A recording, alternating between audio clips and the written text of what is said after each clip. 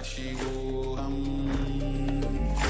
Om Nithyananda Paramashivoham. Om Nithyananda Paramashivoham. Om Nithyananda Paramashivoham. Om Nithyananda Paramashivoham. Om Nithyananda Paramashivoham. Om Nithyananda Paramashivoham.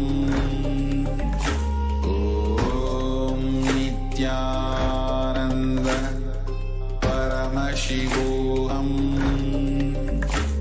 Om Nithyananda Paramashivoham. Om Nithyananda Paramashivoham. Om Nithyananda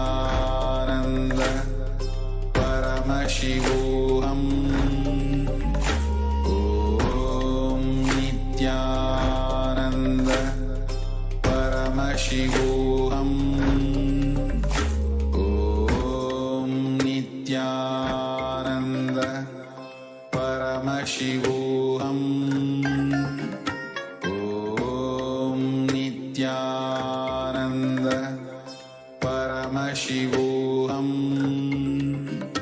Om Nithyananda Paramashivoham. Om So we'll now move on to the next segment of the program. Paramashivoham.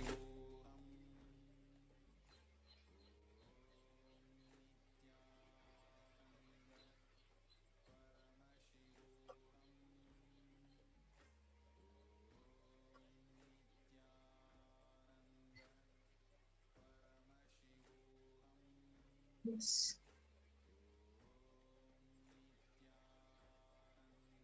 So now the Balasans and the Nithyananda Yogis, the initiated disciples of the Supreme Pontiff of Hinduism, will be demonstrating the powers of third eye and sharing with us all the experiences and results of the extraordinary manifestation of the divine powers awakened in us through initiation.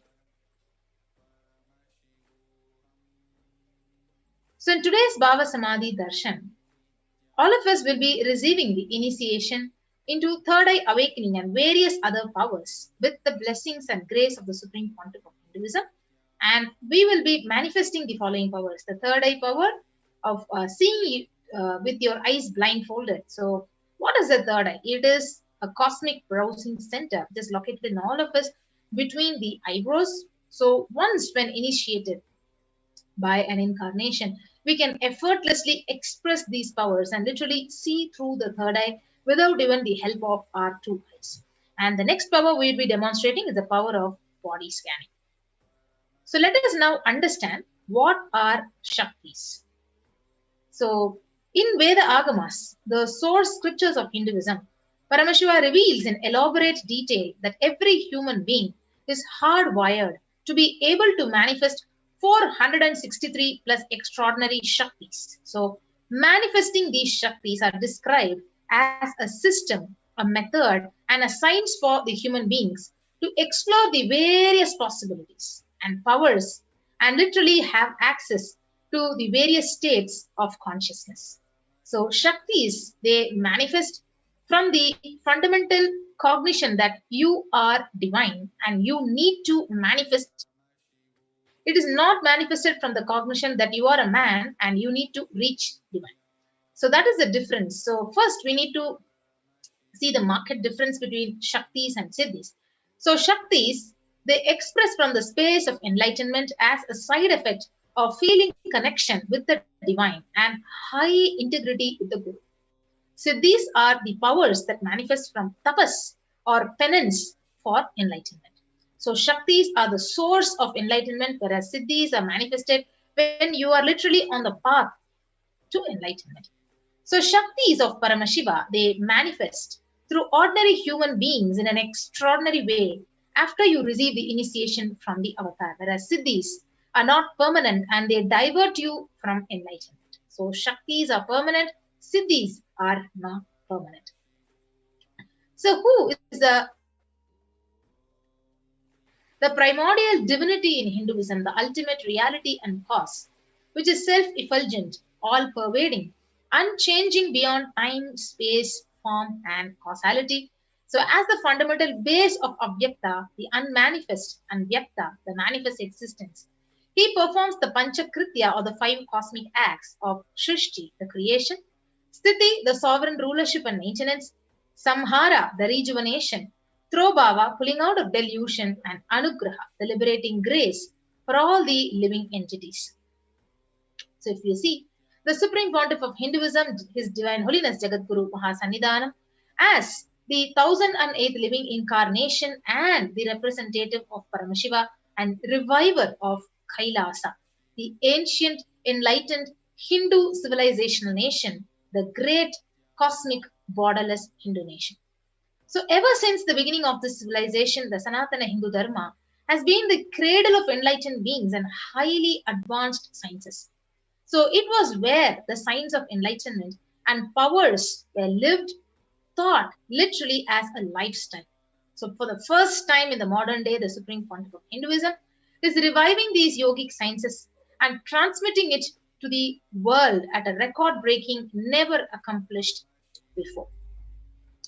So this knowledge and science of the manifesting these Shaktis are passed down from generation to the next generation through initiation by the enlightened Gurus. So Supreme Pontiff, being recognized as an incarnation at a very, very young age and been trained and taught these sciences by all the Gurus, which are now seeing in the picture. So literally to revive the initiations and knowledge repositories for billions of people to manifest this science of manifestation. So it is like in various disciplines, Supreme Pontiff was trained in Vedanta, in Tantra, in Sri Vidya, in Yoga, yogic powers, Mantra Shastra, the Siddha Vidya, science of Aushadha, Advaita, Paramashiva Jnana, Paramashiva Vijnana. So in these various disciplines, he had received the initiation directly from the Guru Parampara. So how do we awaken these divine Shaktis within us? Yes, if you see, every ultimate truth, every cognition, jnana, which is mapped into your consciousness, the prajna, it manifests as a possibility and power of every being, prajnana. Diksha is the direct transfer of spiritual energy by an enlightened being through look, word, or touch. The traditional सर्वासामपि दीक्षां मुक्तिः फलमखण्डितम् अविरोधात् भवन्त्येव प्रासङ्गस्तु भुक्तयः. The main benefit of all initiations is moksha, enlightenment. As a side effect, health, wealth, leadership and well-being happen. And in Rudrayamala Tantra, Shiva says, Devi Diksha Vihinasya na siddhihi na cha sadgatihi tasmat sarva prayatnena guruna dikshito bhavet. The one who is not initiated does not attain liberation nor a better future. So by all efforts, one should get initiated by Guru. What is the science of initiation? Neuroscience has proved that the process of initiation floods the brain with energy. This is the superconscious energy of Kundalini, our own highest inner potential energy. As the Kundalini flows from the thalamus to the cortex, it sets up a powerful energy loop within the brain, which awakens the latent non-mechanical parts which we have never used before. With increasing levels of coherence, the whole brain comes alive, turning into a superconductor of conscious energies that heal, empower, transform our lives, bliss and fulfillment. Initiation creates high awareness, visualization, creativity. It also slows the aging process and improves the immune system. Kundalini awakening, healing experience, levitation, teleportation, materialization. Experience the power of initiation through a range of exclusive programs conducted at the ashram. Nithyananda Dhyanapitham, Nithyananda Nagar, Birdi, Bengaluru. Contact 97. Yes. So we're now moving on to the 4 aspects of evidences for the signs of our manifestation. The Shastra Pramana, the eternal unchangeable truths which are revealed in source scriptures. The Apta Pramana, the experiences and results of the Aptas are authorities of Hinduism. The Vedic rishis and scientists who time-tested and verified the science. The Atma Pramana, or the account of the Supreme Pontiff of Hinduism, Jagadguru Mahasannidhanam, His Divine Holiness, Bhagavan Nithyananda Paramashivam. This millennium's avatar personal experience of our manifestation, and the Pratyaksha Pramana, or the empirical evidence from observation and scientific experimentation. So Vedas and Agamas. So Vedas are the ultimate superior authority for Hindus. So they are the pure science where these ultimate truths are explained. And Agamas are the scriptures where the applied technology, the applied science is expanded. So Vedas and Agamas, the Veda Agamas are given the status of Shruti as they are directly revealed by Paramashiva. So they are the ultimate, the eternal, the unchangeable truths. So any reference cited from these scriptures are called as the Shastra Pramana. So let us now witness the unique and exciting demonstration of the power of third eye by the adolescents. So before that, we will know the various references from the scriptures. So first is the Shastra Pramana from the Vijnana Bhairava Tantra. Kapalantar manonyasa tishtan milita lochanaha kramena manasodhardhyat lakshayet lakshyamuttamam. So the translation says, by fixing the mind on the inner space within the crown center and sitting stably without any movement, having the eyes closed in succession, by that stability of the mind and inner space, one directly sees the ultimate goal, Lakshya, by having the vision beyond the sight that reveals any object or place, attaining the space of oneness with the source, Paramashiva. Yes. So joining with us is Ma Birija, the Nithyananda Balasan.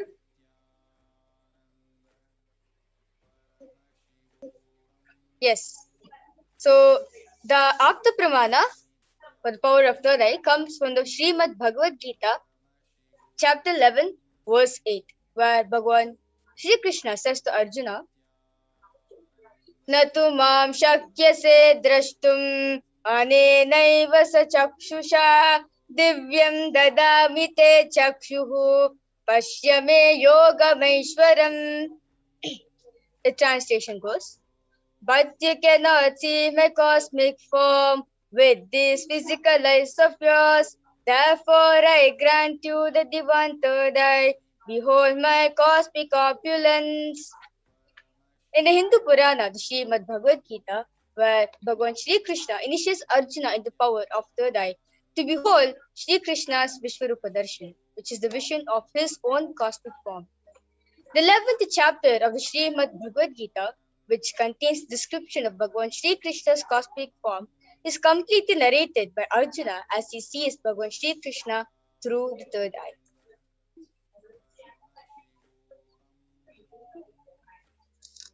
So now we listen. Inside and outside broke. The first experience is that I was able to see everything around me, above me, the whole 360 degree, 10 direction, below me, everything. I realized not only I was able to see, I was able to feel, experience. I felt that the skin of the stone on rock on which I was sitting and the skin of this body both carry me equally. In both I exist equally. The setting sun, rising moon, the whole Arunachala hill, all the plants, bush, shrubs, trees, everything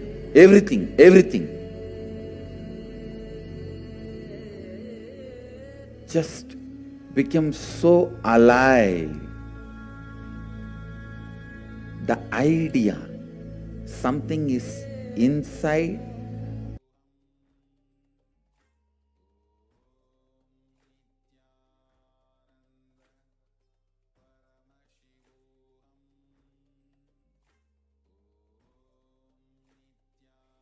Yes.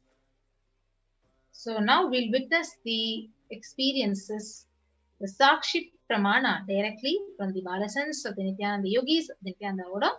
So let us witness the Sakshi Pramana, the demonstration of the power of third eye. Yes. So we have Manitya Virajananda and Manitya Yoga Pranananda who's joining with us.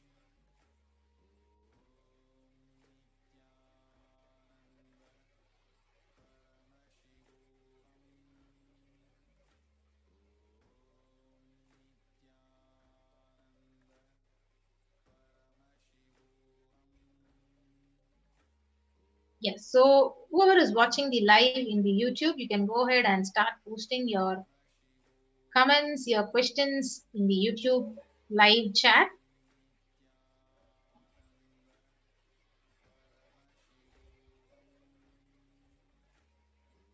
Yes.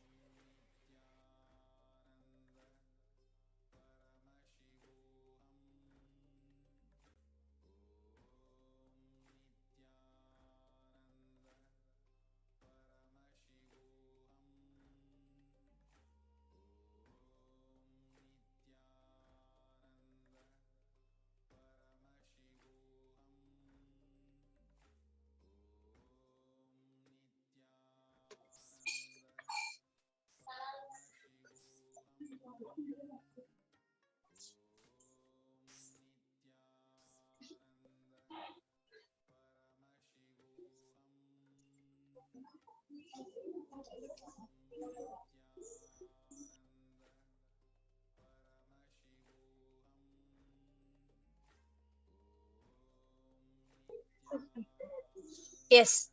So along with me over here, I have Maniti Brahma Yogananda, and she's going to assist in throughout the power of the third eye reading. So along with me over here, I have the medically tested eye band. So you can see in the front, there's a black color sheet, and if you see at the back,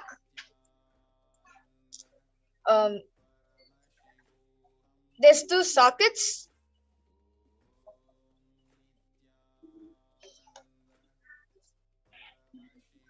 There's two sockets and there's two holes. So basically, once you add eye band on, the eyes goes there and gets locked up. And you can see this thick sponge which is covered all around the eye, all around the eye band, which is comfortable, nice and squishy, and also which does not let any sort of light to pass through in. So this is same eye band, but Ma Brahma Yoga will be putting it on me for the power of third eye reading.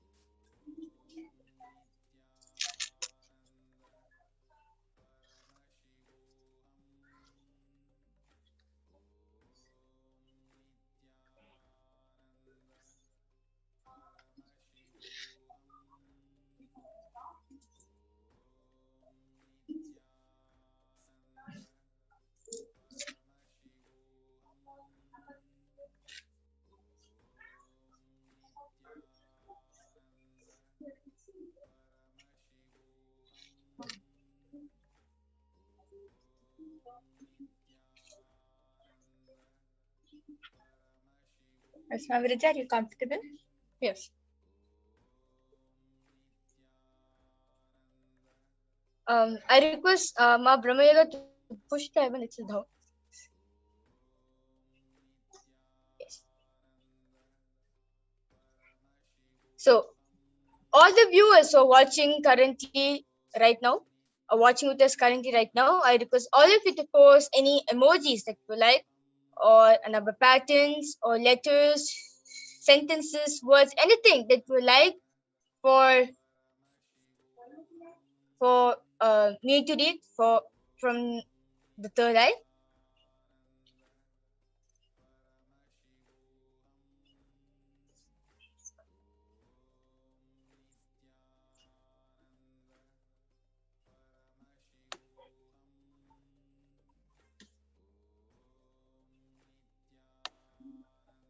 Yes.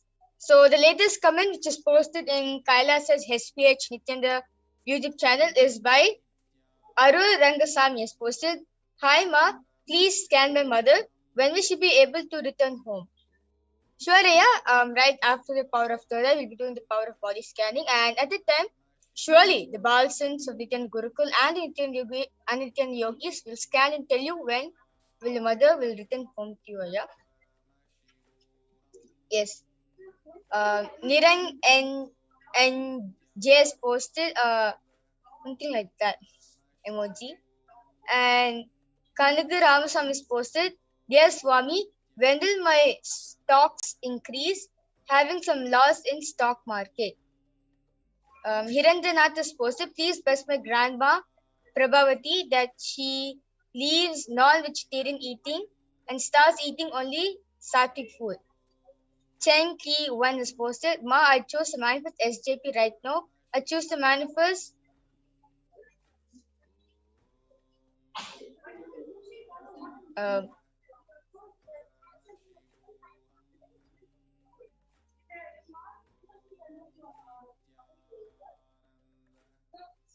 okay, 3 with 6 zeros, US dollars right now. Thank you so much. I love all of you." And Alu Rangasamy has posted, "Quantum entanglement." Murali V has posted, "Swami." Okay, Jairaj SP has posted, "Swami Nityananda." Niran NG has posted, "How to come there? I can't live in my country. Please tell me namaskar emoji."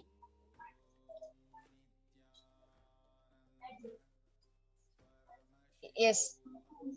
Jairaj SP has posted, "Kailash Mudalvar Nityananda, my life, my vision, Nityananda, live, miss you." So, yes, so Ma Brahma Yoga, I would like you to verify whether the comment section which I've read is 100% correct, or Yes, whatever you read till now is all correct. Everything is 100% correct.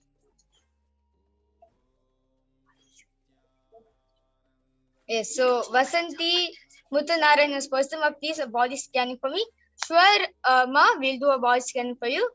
Arul Aswan is posted, okay, how to say, downward looking smiley emoji, a heart and a namaskar emoji. Yes. So all of you witnessed the power of Toya reading, and now I request Ma Brahma Yoga to remove the IBAN, and she can show all of you that the IBAN is still the same, completely intact to the black sheet.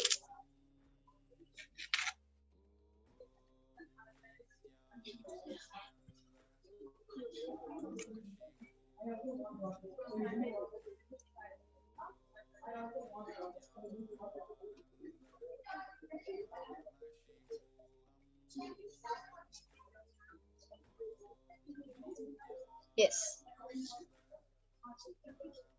So now we'll be moving on to the next power, the power of body scanning, after a short break.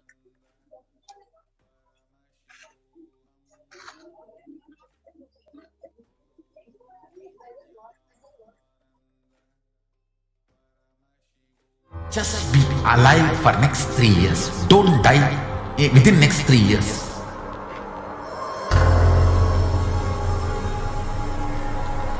Just don't die within next 3 years. Be alive. Somehow be alive. I'm working sincerely. I will reach you somehow. Somehow I will reach you. It's my commitment to humanity.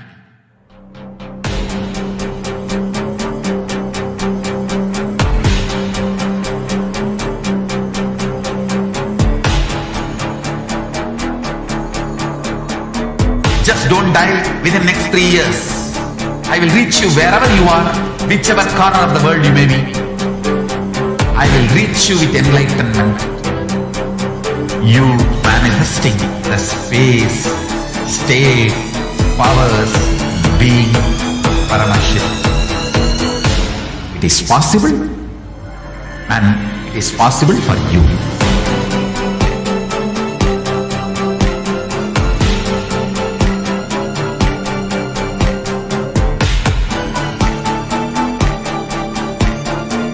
Paramashivoham will reach you with enlightenment science. I know he is going to do the job. Just be alive for next 3 years. Nothing else.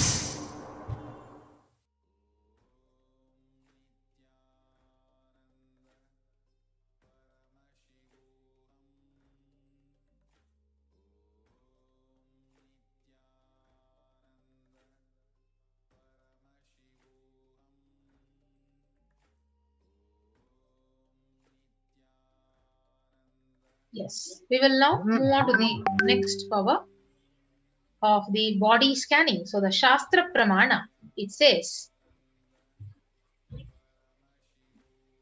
Swadehe jagato vapi sukshma sukshmatarani cha tatvani yani nilayam dhyattvante vyajyate para. Bhagavan Paramashiva says, cognize deeply that from the subtle to the subtlest constitutive principles of your whole body, Swadeha, or of the whole universe, simultaneously consists of the essential reality.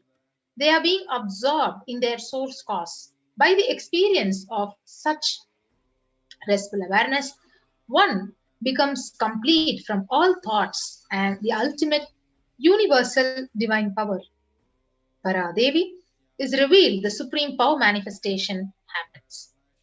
So next is the Apta Pramana from the sacred scripture.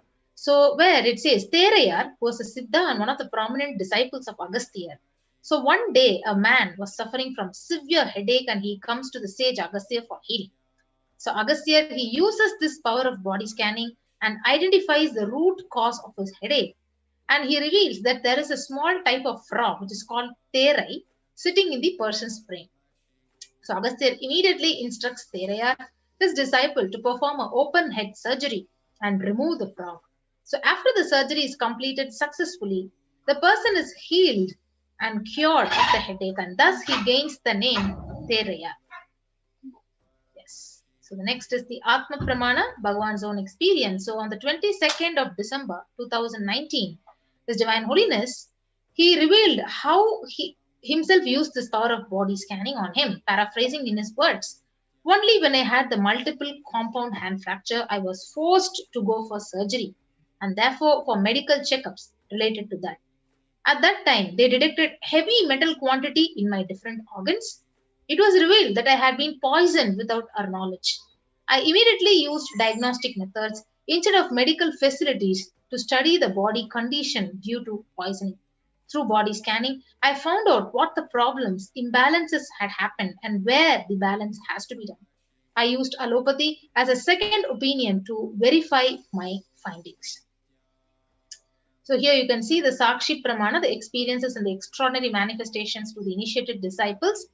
So each one of their experiences who have shared it in the official Facebook page. And now we will move on to the live Sakshi Pramana with our Balasans and Nithyananda Yogis who are going to be joining with us.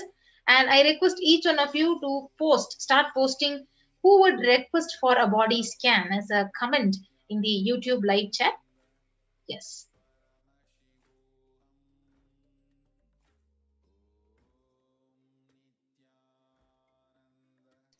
Yes, now we have our Balasans joining with us.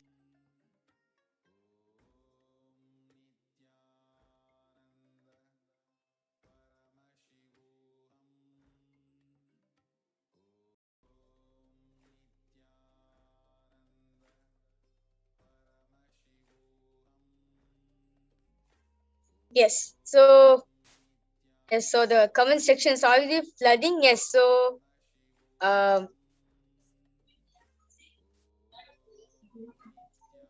yes. So Hirendranath Ayya's requested for a body scanning for his grandma, Ma Prabhavati. Yes, I request you Ayya to get her confirmation whether we can do the body scanning for her or not. Just acknowledge her. Yes. Gauri Tangavel, Ma is posted body scanning for my mother. Yes, same thing, Ma. I request you to have just inform your mother. Just acknowledge her that we are going to do a body scanning for her. Yes, so Vasanti Muttanarayan is posted, Ma, please body scanning for me. Yes, Ma Brahma Yoga will be doing a body scanning for you. Okay, Ma Jalandhara Sthita is requested for a body scanning. Yes, Ma Mahavidya will be scanning you. Ma Jalandhara Sthita.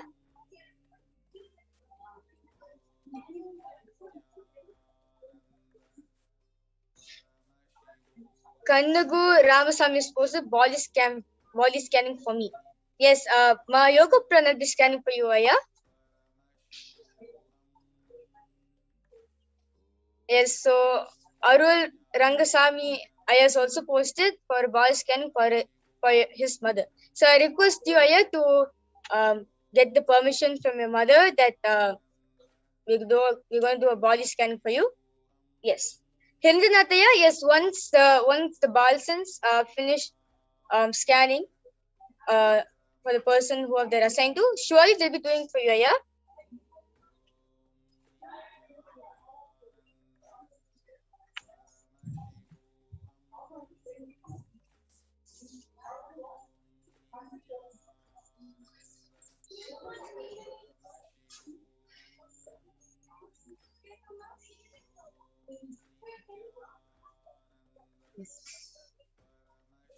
Can I go ahead? Yes, Ma, sure. Okay. So Nithyananda, Ma Jaladhitananda, and this is a body scanning for you, Ma. Overall, Paramashiva is showing your health is good, immunity is also good, Ma. But your hair loss is happening for your anxiety and your worries. You have to do a completion with your health actually. So that hair loss is just a sign of your body. It's giving you a symptom like a knock knock, just to tell you how to really complete with yourself, complete with your health, and you need to have little more food in the day. Add greens and specifically neem. Take some neem juice, or if you can just take a few neem leaves in the day, that will help. So I did the body scanning for Vasanti Muttanarayanan, and what Paramashiva revealed to me is that your blood is clotted in a lot of areas for you. So you should and that is happening because of the amount of chemicals you're getting in your body through the food and through the oxygen around you. It's like everything is full of chemicals and pollution and everything. Like because of that, you're getting a lot of blood clots. So Parameshwar revealed that whenever you sleep, you should put the smell of camphor and sleep, and that will help you. And otherwise also at home, like for whenever it's possible, keep the smell of camphor and take 3 spoons of haritaki every day. If you do these 2 things, then it will become completely fine.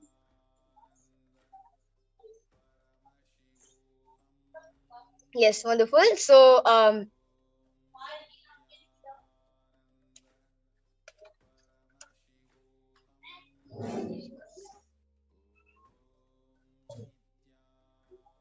yes, so Hirendranath Ayya is requested for body scanning. Like he got the permission from his mother. Yes, Ma Brahma Yoga, you'll be scanning for Hirendranath Ayya's mother, named Ma Prabhavati.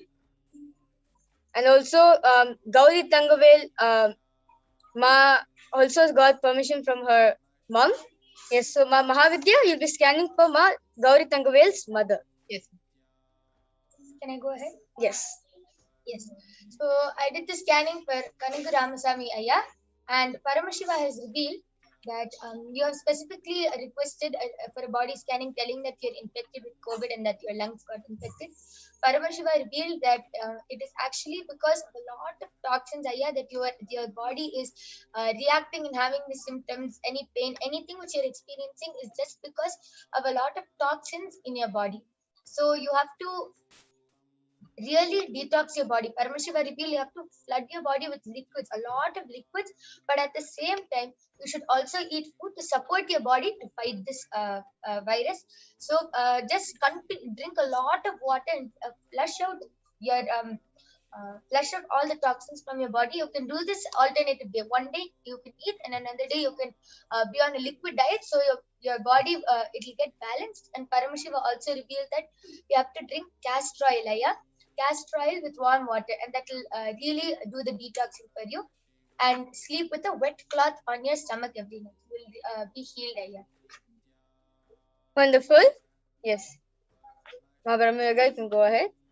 So I did the body scanning for Hirendranath's mother, and Aya, what Paramashiva revealed is that your mother, she, like, her body is really stiff, especially her bones, they're really stiff, and she's not able to move them. Like, anytime she moves, it hurts a lot for her. And Paramashiva revealed that how she can stop this is for her to heal completely from it. She should, every day in the morning, the moment she gets up, she should get eucalyptus oil and mix eucalyptus oil with coconut oil and heat that up, and then just do, she should do a massage on her whole body. She should do a massage, and massage for at least 1 hour continuously. She should be doing massage, and then after that she should go and she should immediately take a bath. And then also Paramashiva revealed that after every meal she should take at least 1 spoon of haritaki, and she'll see that, and soon she'll heal from this. But after she heals from it, she should, if she wants, she can continue this, but she should also start doing the Prathama Vinyasa Krama. She doesn't have to do all the asanas, but whatever is possible for her, she can do that. And she should not stop the Prathama Vinyasa Krama. She should continue doing it every day as much as she can with all the bandhas and everything, and she'll be fine. Yes. So, Nithyananda, so Ma Gauri, for your mother, Ma Paramashiva is revealing that actually she hasn't shared this, but she feels pain in the abdomen region when she is eating. So please first tell her that it's nothing to be worried about. She's fine. Paramashiva is showing some of her thought currents that she has been thinking she's really under. She's okay. What she really needs to do is she needs to improve her digestion system. So the abdomen region is the stomach and the rest of the organs that are there. Please make sure that she's taking haritaki and at least 1 spoon a day. And that will really calm her down. Give her a couple of days and she'll be fine.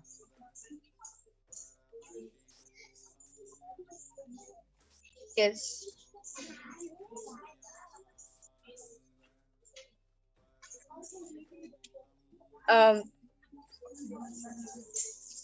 Yes, so Ma Jalandhar Sthita has come back, and she has commented saying that yes, thank you, Ma. Yes, I have been using extra neem, adding it to each meal. I will try and eat more too. Thank you, Ma. I appreciate your input and the light you shine. Yes, wonderful, Ma Jalandhar Sthita, for coming back. And yes, I can see a lot of people who are requesting for body scanning. Yes. Vinodini Ramalingam is posting Nithyanandam. I need a body scanning. We'll be grateful if I get one. Yes, sure. Yeah, my yoga prana will be doing the body scan for you.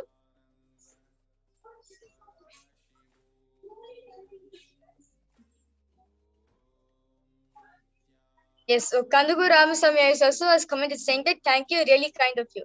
Wonderful, yeah. Thank you for getting back to us.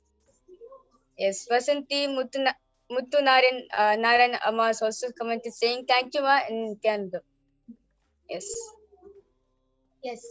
So I did the body scanning for Ma Vinodini Ramalingam, and Paramashiva has very clearly revealed that your lungs are really infected, means that you've been inhaling a lot of polluted air for past few weeks, and that is really affecting your lungs. You don't feel anything, just sometimes you feel the suffocation, but you don't feel it's something big.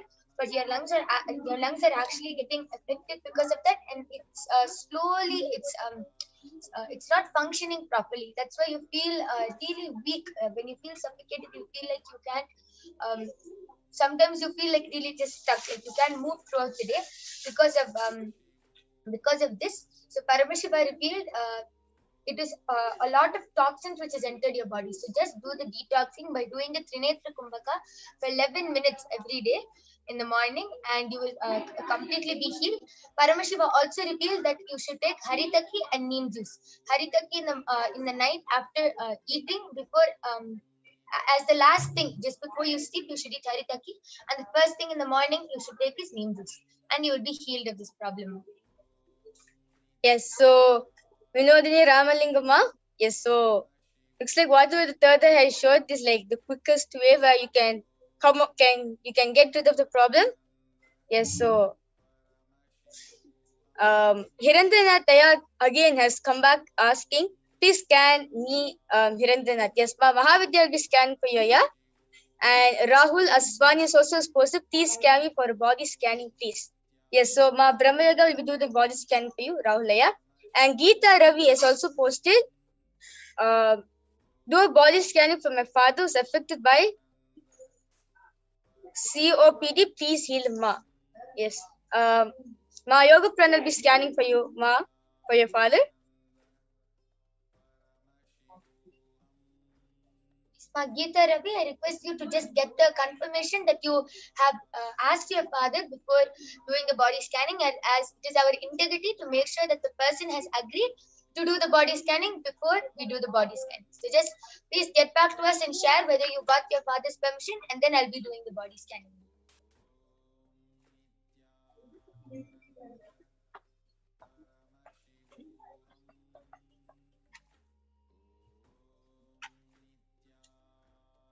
Yes.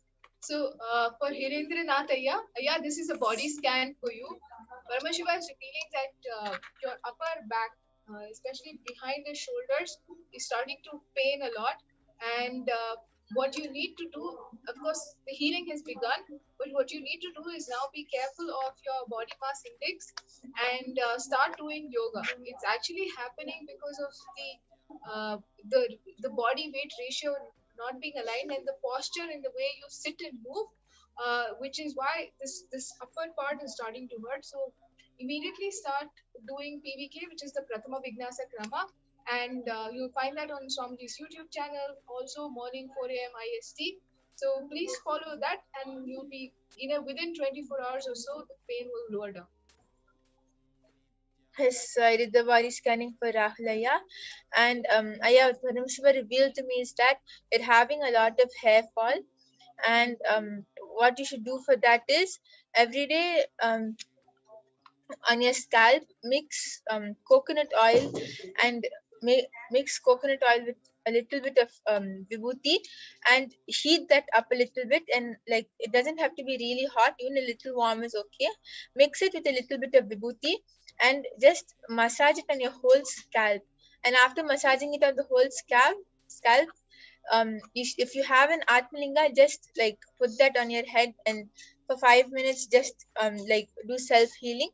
Otherwise you can keep your hand directly on your head and do self-healing, and in about 2 or 3 weeks time your hair fall will stop. Yes. And Ma Geeta Ravi has shared that her father has agreed for the body scanning. Yes, Ma, I did the body scanning for your father. And Paramashiva very clearly revealed that your father is not being active, and because of that, the first thing which is affected is his thighs. So his thighs are really stiff, and now he finds it very hard to move. So if he sits if he's sitting for some time and he stands up, he finds it really hard, really painful, because his muscles are starting to become very inactive, and that is affecting his full body also. And that is also and because of him he's starting to become very lethargic, and because of that, there's like a layer of pitta formed in his stomach, which is also his stomach is becoming bigger day by day with more fat. It's not good at all for Aya. So he has to do a lot of detoxing. Detoxing means he can continue eating food, but he has to do intense yoga and drink neem juice, castor oil, and take haritaki every day. So Paramashiva revealed he can continue eating normal food, but he has to do intense yoga along with castor oil, haritaki, and neem juice. So this is what Paramashiva has revealed. Yes, so Arul Rangasamy yes also requested for body scanning for his mother. Yes, so my yoga friend will be scanning for you, Aya. And Dwight Payan has also requested, please do a body scanning for me, Ma. Yes. Ma Brahmaya will be doing for you, Aya. And Mahesh Aya, yes, Ma Mahavidya will be doing body scanning for you. So, meanwhile, as the Nityananda Yogi scans and reveals, Arul Aswani Aya have asked a question. Thank you, Ma. That's correct. Thank you for scanning, Ma. But I don't have an Atmalinga, Ma. How to get an Atmalinga, Ma?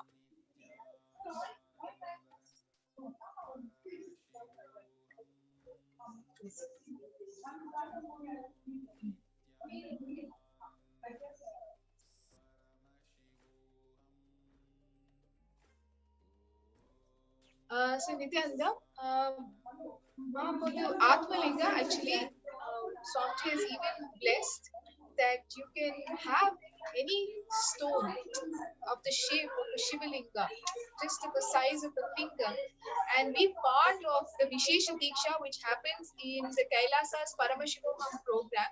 You can see the schedule on kailasa.org, events section. It is completely free initiation and diksha that Swamiji is giving to the entire world. So you can see the schedule and be part of that one day program on the Vishesha Diksha. In fact, it's a 16-day program. I would recommend you please participate always. If you cannot, you please come to that one day on which the Vishesha Diksha happens. With this stone, you can select one of your own, whichever one you like, and you can bring that to the program. That is one solution. Another solution which is more recommended is if you can be and visit any of our Kailasa's centers, Paduka Mandirs, Adinams, or Kailasas themselves, and they will be able to help you, give you an Atmalinga, which is the original one with the stone. So I would say start off with contacting a local center, again, whose contact information will be on kailasa.org. And if you can't meet anybody, any of the devotees, any of the Kailasa's official members or the Mahants or the officers, you can then come, you can also come participate through the program. Regardless of whether you go to a center or you pick up a stone, for the initiation for the Atmalinga to become your own, for your Atmalinga to become your own, you have to come be part of Kailasa's Paramashivoham one-day event of Vishesha Diksha. Yes. And so I did the scanning for Arul Rangasamy Aya's mother, and Paramashiva revealed that from past few weeks actually, she has been experiencing a headache, and it is not just like a normal headache. It's like something which is like straining her eyes also. So it's like her eyes and her head. It's like she feels something like really pulling her whole head and eyes. So it's really something really painful for her. And Paramashiva also revealed that her back is stiff. So she is experiencing a lot of back pain whenever she moves around. So the Paramashiva revealed the only solution for this is she has to put a wet cloth because there's a lot of heat in her body. Paramashiva revealed because of that only she's experiencing a headache because of a lot of heat. And the stiffness is because she is not moving her body and being active. So Paramashiva revealed that she has to start doing yoga, stretching around, and putting a wet cloth on her head. And she also has to drink a lot of juices. She should still continue eating, but less solid, more liquid. This is what Paramashiva revealed, Aya. I request you to get back. And I can also see many people posting. Whoever is requested for a scan, please put your legal name, and then we'll definitely be doing the scanning for you. And for Mahesh Aya, they're very quickly just telling you what Paramashiva is revealing is your health is really deteriorating actually, and this is because of your diet, food habits, eating a lot of outside food, and lots of drinks and cold drinks. So immediately, please cut down on that and go to Sattvic diet, which is no onion, no garlic, vegetarian food. Ideally, if you can prepare something home, that would be really better because that will really support you and improve your health. Yes, like your Shama Pramita. Yes.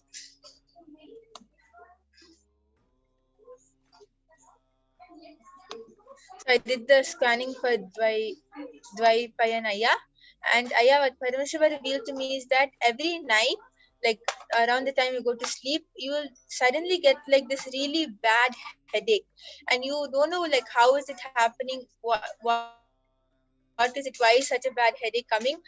And nor is any other doctor able to find out why. So Paramashiva revealed that why you're getting this really bad headache in the night is because you have a lot of incomplete situations which happen throughout the day. A lot of incompletions from the day is like it's not getting completed from you. You're just like forgetting, trying to forget it, but you're not completing with it. So because of that, it's affecting you, and every night before you go to sleep, you're getting a bad headache. And not only is it causing you to get a bad headache in the night, but even in the morning, it's really hard for you to get up because of that. So Paramashiva revealed it every day before you sleep, or not only before you sleep, whenever anything happens throughout the day, then and there just complete with it with that person. But if that is not possible, just drop it then and there and complete with it within yourself. And if it doesn't happen throughout the day, then in the night time just do mirror completion. Sit with yourself with the mirror and just do completion with.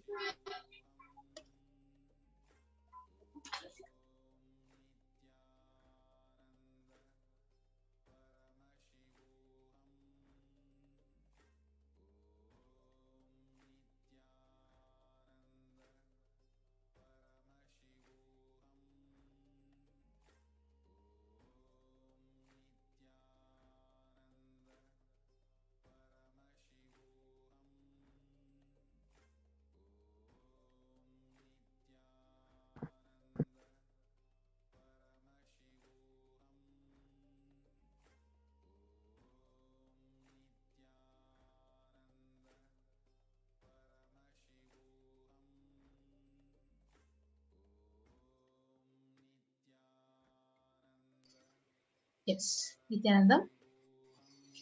So sorry for the technical glitch.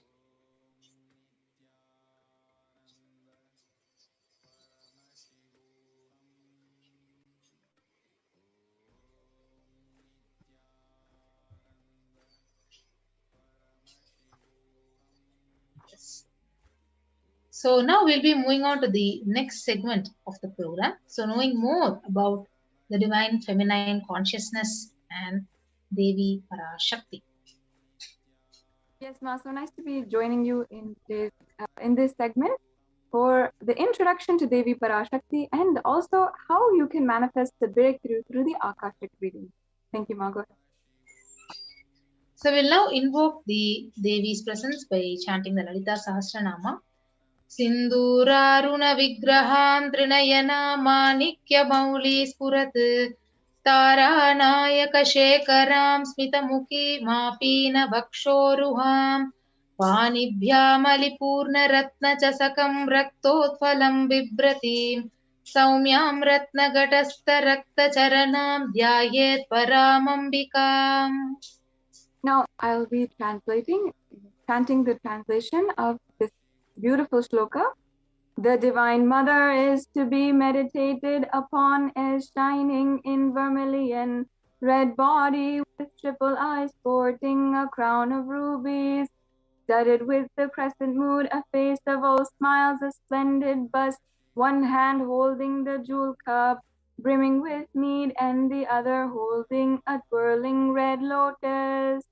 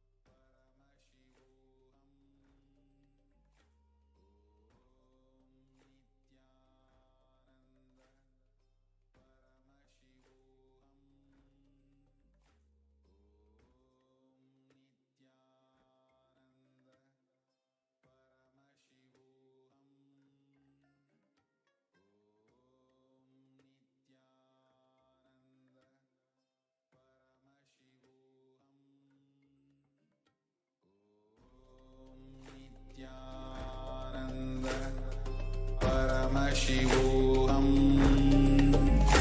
Om Nithyananda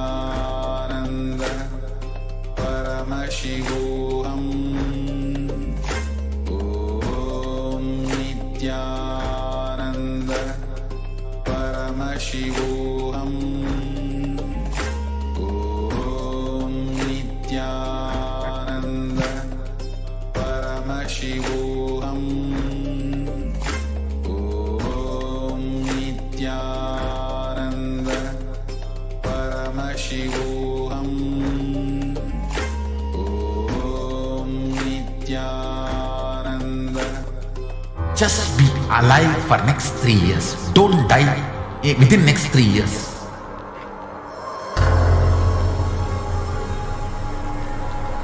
Just don't die within next 3 years. Be alive. Somehow be alive. I'm working sincerely. I will reach you somehow. Somehow I will reach you. It's my commitment to humanity.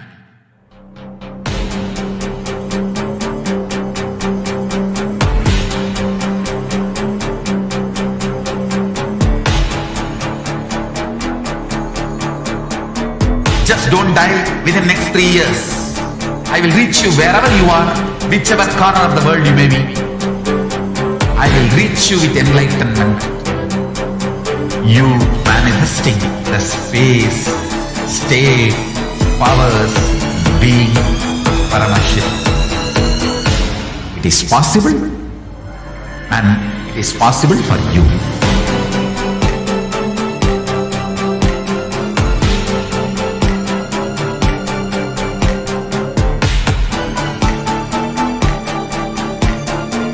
Paramashivoham will reach you with enlightenment science. I know he is going to do the job. Just be alive for next 3 years. Nothing else.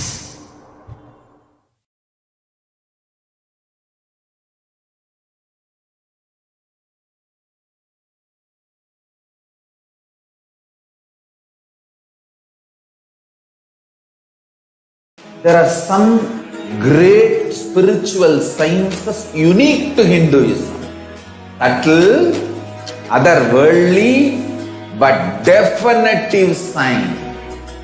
Manifesting the cosmic beings in Archavatara, deities in Nijavatara, living incarnations is possible. Understand? Kriya Pada of Vedas and Agamas elaborately explain the whole science of making the cosmic beings manifest in Archavatara, deities, and Nijavatara, living incarnations, both. During the Bhava Samadhi Darshan, literally those cosmic beings manifest through this body. Just like how they manifest in Archavatara, deity, they manifest in Nijavatara, Pratyakshavatara, and give you all the boons you ask, bless you. Om Nithyananda Nithyananda. Paramashivoham. Om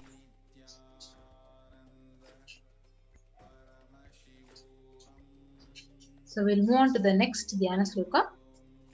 Arunam Karuna Tarangitakshim Dhrutapashankusha Pushpabana Chapam Animadi Biravrita Mayukai Rahamityeva Vibhavaye Bhavani. And now the English translation. I meditate on the great Empress. She is red in color and her eyes are full of compassion. And she holds the noose, the goad, the bow, and flowery arrow in her hands. She is surrounded on all sides by powers such as Anima for race, and she is the self within me. Yes. So Devi, the ultimate pure feminine consciousness. Parashakti, the cosmic mother, and it is her cosmic womb from which billions and billions of universes comes out and goes in. So the source where the Big Bang and the black holes go on, and Parashakti is the source Shakti, the source energy, the source power from which all of us came, in which all of us are even now, and in which all of us are going to literally merge. Out of her extreme love and compassion, Parashakti herself is manifesting through the embodied form of as the Nijavatar, the Supreme Pontiff of Hinduism, gracing us, answering all of our questions, attending to our prayers, giving us boons, healing us, fulfilling our past, present, and future, and delivering profound spiritual truth, and ultimately giving us the experience of Paramashivoham itself.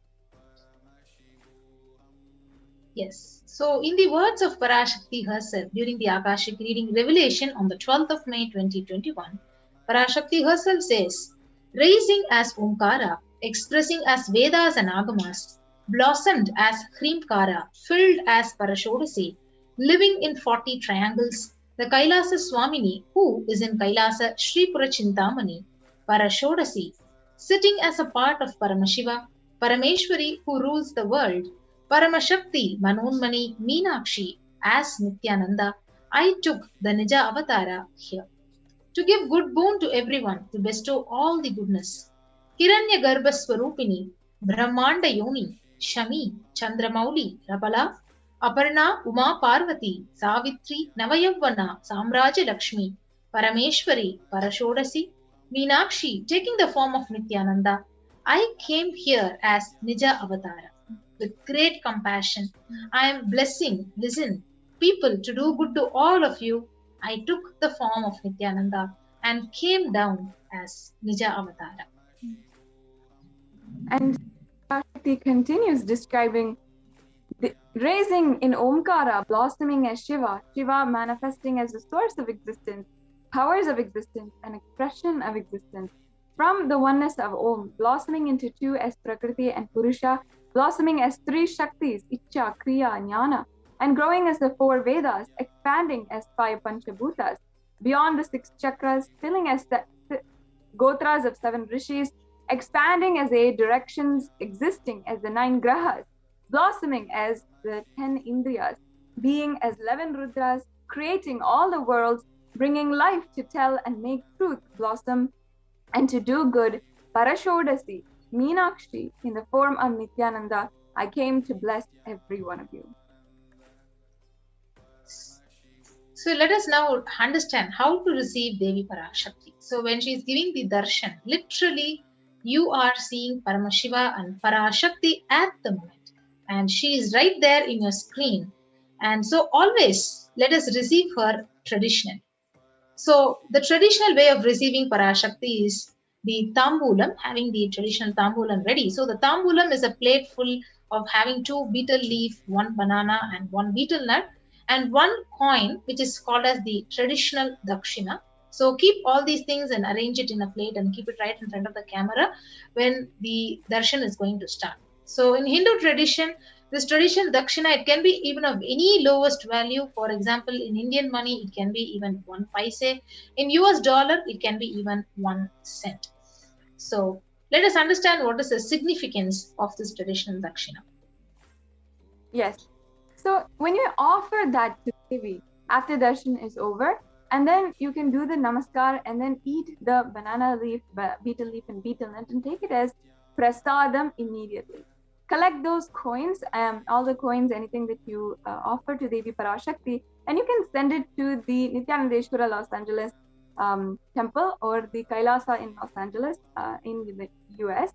And this betel leaf, the betel nut, of course, it might look really small for all of you, but in just a few days, you will realize how much it adds to the sacred sentiments being created. You will understand that really Devi Parashakti is there, and you will not take the Devi Darshan for granted. The Supreme Pontiff of Hinduism has been reviving rituals, the science of rituals from Sanatana Hindu Dharma, because this beautiful science mapped out by the ancient scientists and rishis of Sanatana Hindu Dharma have broken the monotonous, unconscious mentality that each and every one of us are carrying. And they remind us to raise our ourselves to the powerful cognition.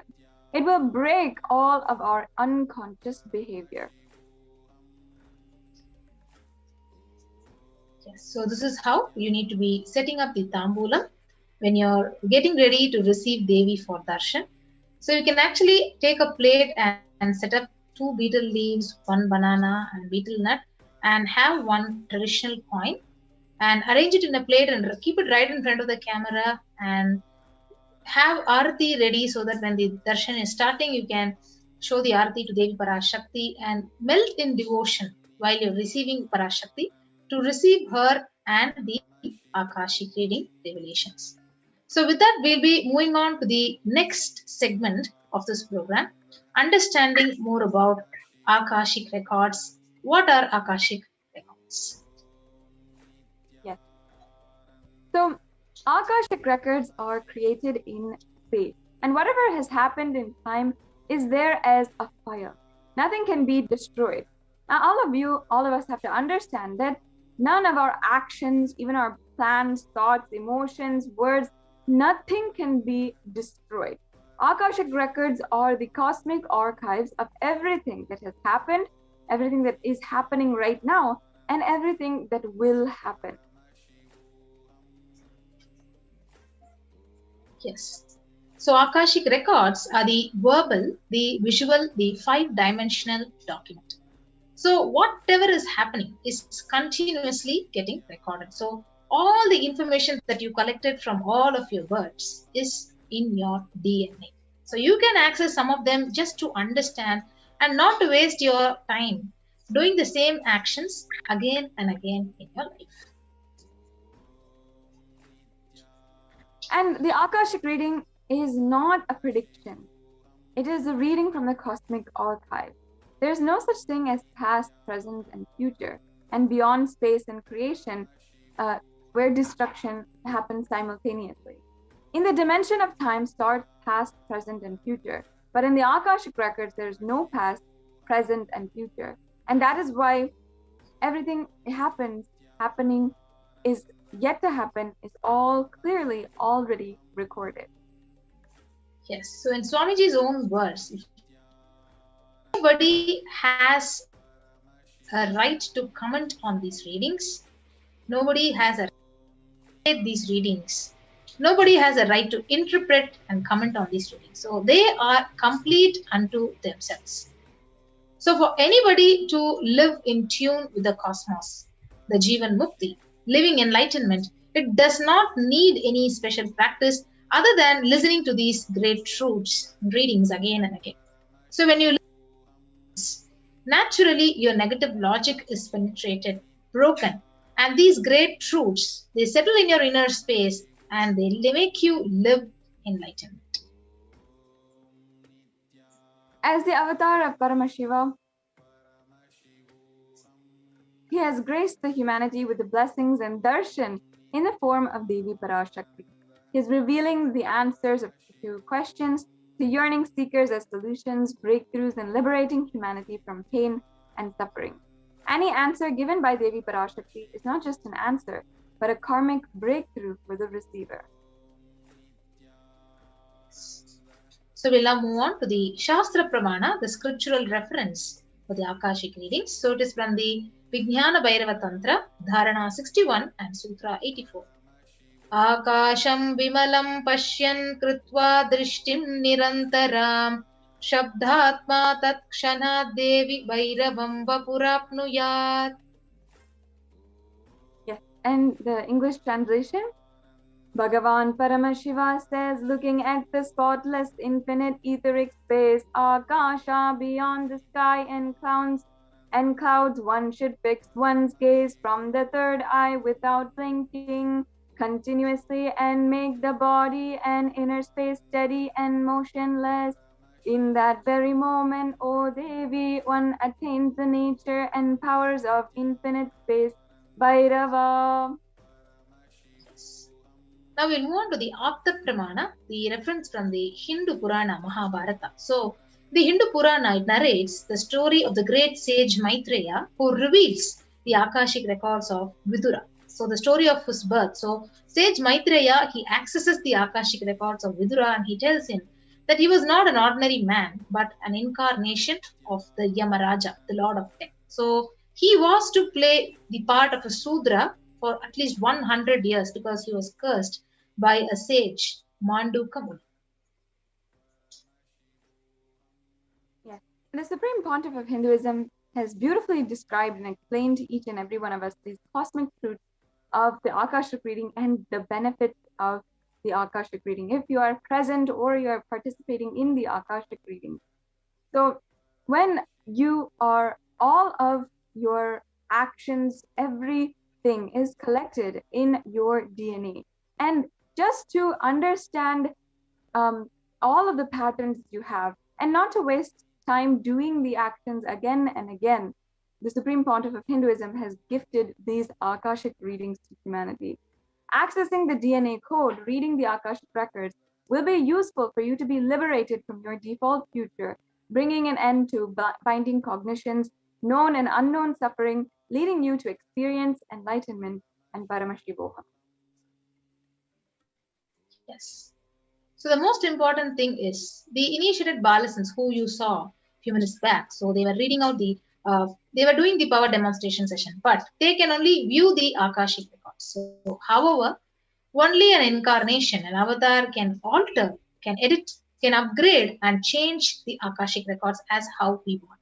So during the Darshan and Diksha, the Supreme Pontiff of Hinduism, he literally blesses and upgrades the Akashic records as per our own prayers. So that is the beauty of this whole Akashic reading session.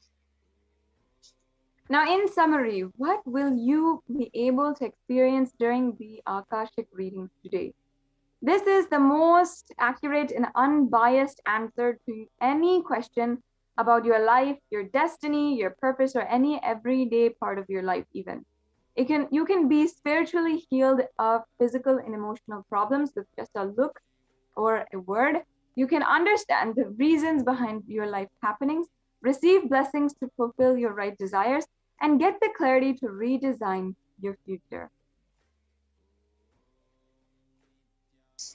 So with that, we'll be understanding and knowing how to ask our questions when an Akashic reading session is happening, how to post our questions in the social media platforms, various official accounts to ask our questions to Parashakti.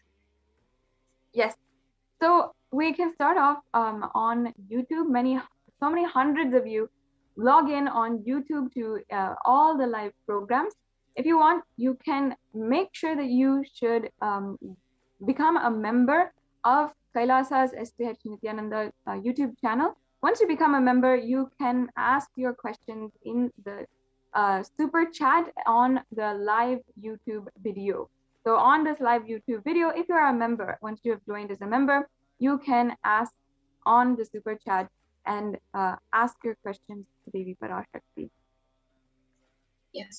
So you can also connect with Parashakti and post your questions. If you're not in the YouTube, you can go to the Facebook official page, Kailasa's SPH DGM Nithyananda Paramashivam page.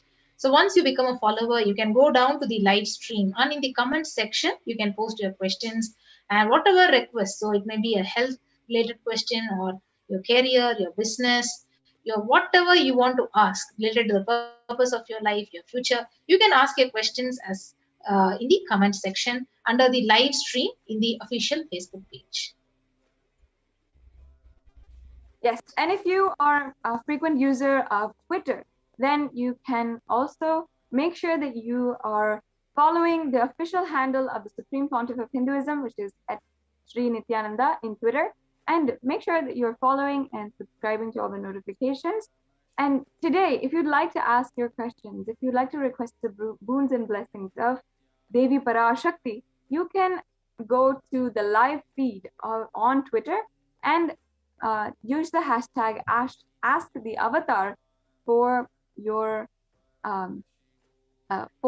question. So you can tag at Sri Nithyananda, reply to the live feed and use the hashtag ask the avatar for your questions, your boons, your blessings, anything that you want to request Devi Parashakti.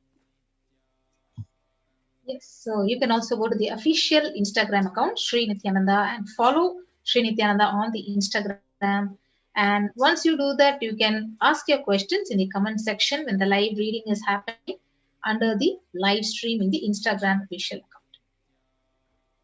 Yes, and perhaps you're not on any of these platforms, but you do have a WhatsApp number and you'd like to still ask your questions and request Devi for her blessing. You can go to kailasa.org in the left-hand corner of your browser on the main page of the main official website, kailasa.org. You can ask your questions to Devi Parashakti. Ask the questions, you receive blessings on through WhatsApp. So you can go there, and as you can see, there's a widget for WhatsApp. You can go there and go through the process and send your prayers to Devi Parashakti.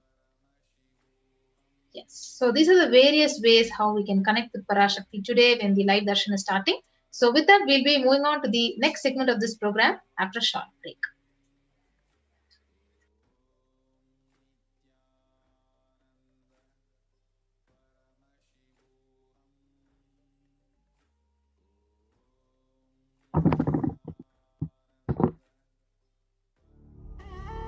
What I mean by the word Kailasa, listen intensely. Enlightenment ecosystem, literally enlightenment itself, in your own home, wherever you are. If you cannot come to Kailasa, it's okay. Kailasa can come to you. Kailasa coming to you is Kailasa.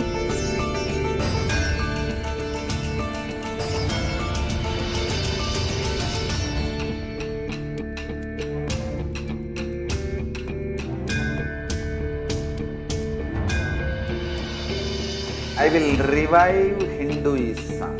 I am a Hindu revivalist, not by any revolution, but by evolution.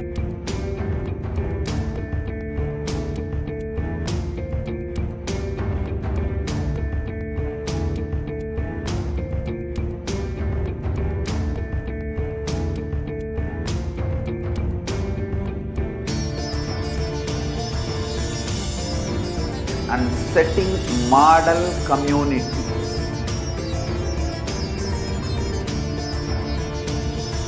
Kailasas, enlightenment ecosystems, Sarvanya Pitas all over the world.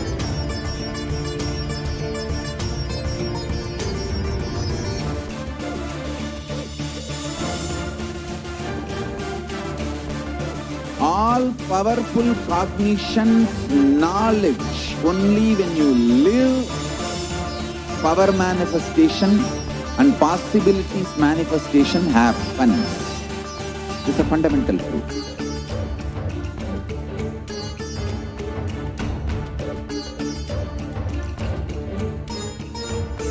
Hinduism cannot live exclusively as one sampradaya. No. All sampradayas of Hinduism is an ecosystem.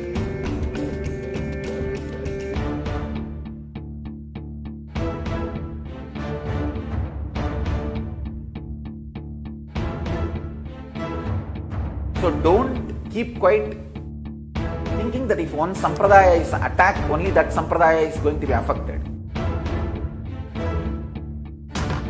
All of us are ecosystem.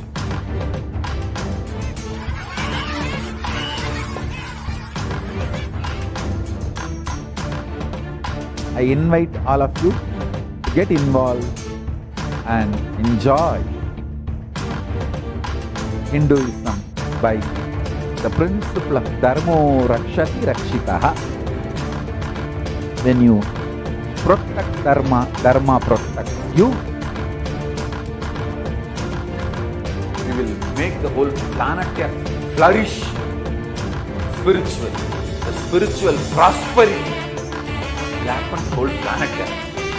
We all have to coexist together.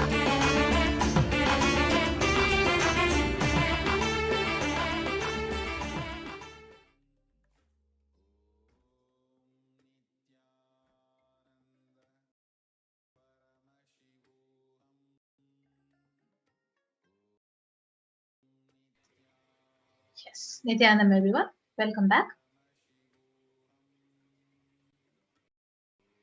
So now we'll be moving on to the next segment of this program about the Supreme Pontiff's revelation on this huge cosmic deluge, the Pralaya, what the humanity is still going through, and Parashakti's revelations of what is the solution to this. So the humanity is still undergoing the after effects of the cosmic deluge, the Pralaya.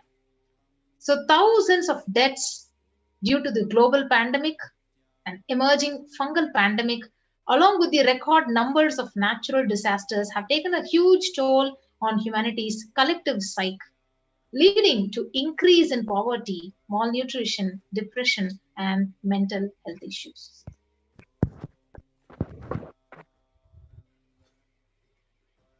So what has caused this behind this? How could we have avoided this? What is the solution for this? In this segment, let us go through a scientific and statistical understanding of Devi Parashakti's revelation on the cause of the Pralaya, the disease. Yes. So if we know the current status of the world right now, so almost more than 3.8 million total number of deaths, with 175.9 million confirmed cases of COVID-19 pandemic killing the humanity, and worst affected countries are the United States, India, and Brazil. And the number of COVID cases within India itself has crossed over 29 million, and the number of COVID deaths has crossed over 374 million. The number of people falling into poverty is over 75 million since the year 2020. Yes. So India is literally suffering from the suicide and depression rate. So it's the 6th most depressed country according to the World Health Organization, and 6.5% of the population literally suffering from some form of mental illness. So, and also the suicide rate of 10.9 for every 1 lakh people. So suicide is one of the biggest causes of deaths in the age group between 15 to 24. And the average suicide rate in India is 10.9 for every 1 lakh people, which is really sad. As you can see, there have been an increase in natural disasters all over India, cyclones, and even the third wave is approaching very soon in India. Yes, so here you can see the dead bodies which have been floating in the river Ganga, and which are not able to be burned. So literally this is the situation of India right now, and how could we have prevented this? So let us now watch the small video clip of Parashakti's revelation on the 31st of May.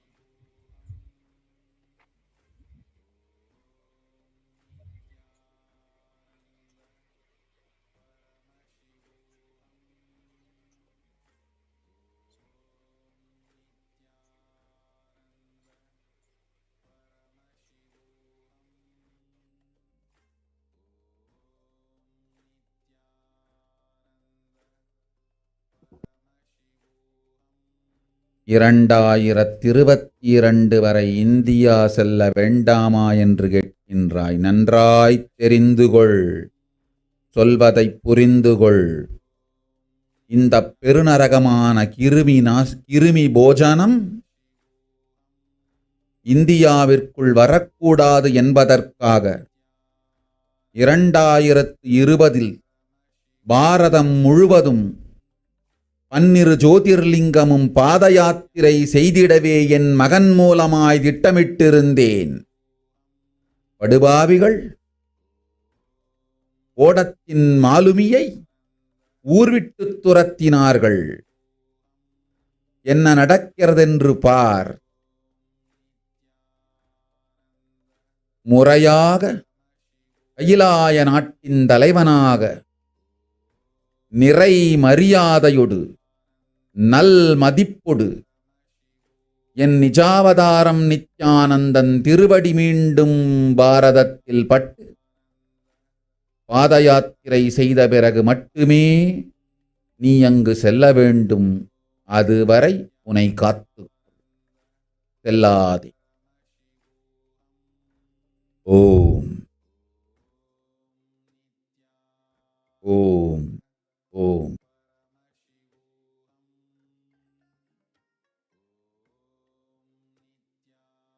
Yes. So let us now understand the English translation of what Parashakti has revealed, the revelation. For this huge Kirimi Bojanam, hell not come to India in 2020 itself. I had planned to do Padayatra throughout India and the 12 Jyotirlingas through my son, Swamiji. They chased the captain of the ship out of the country, and see what is going to happen.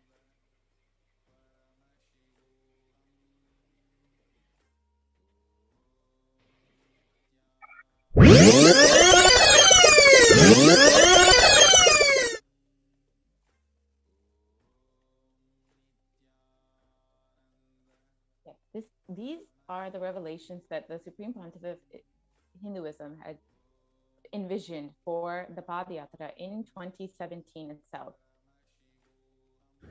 Want to do 1 year Padayatra specially for this purpose in 2020. 2020,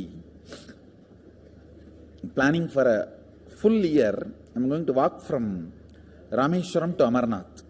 1 year with 10,000 people, just walking all over India to spend time with people.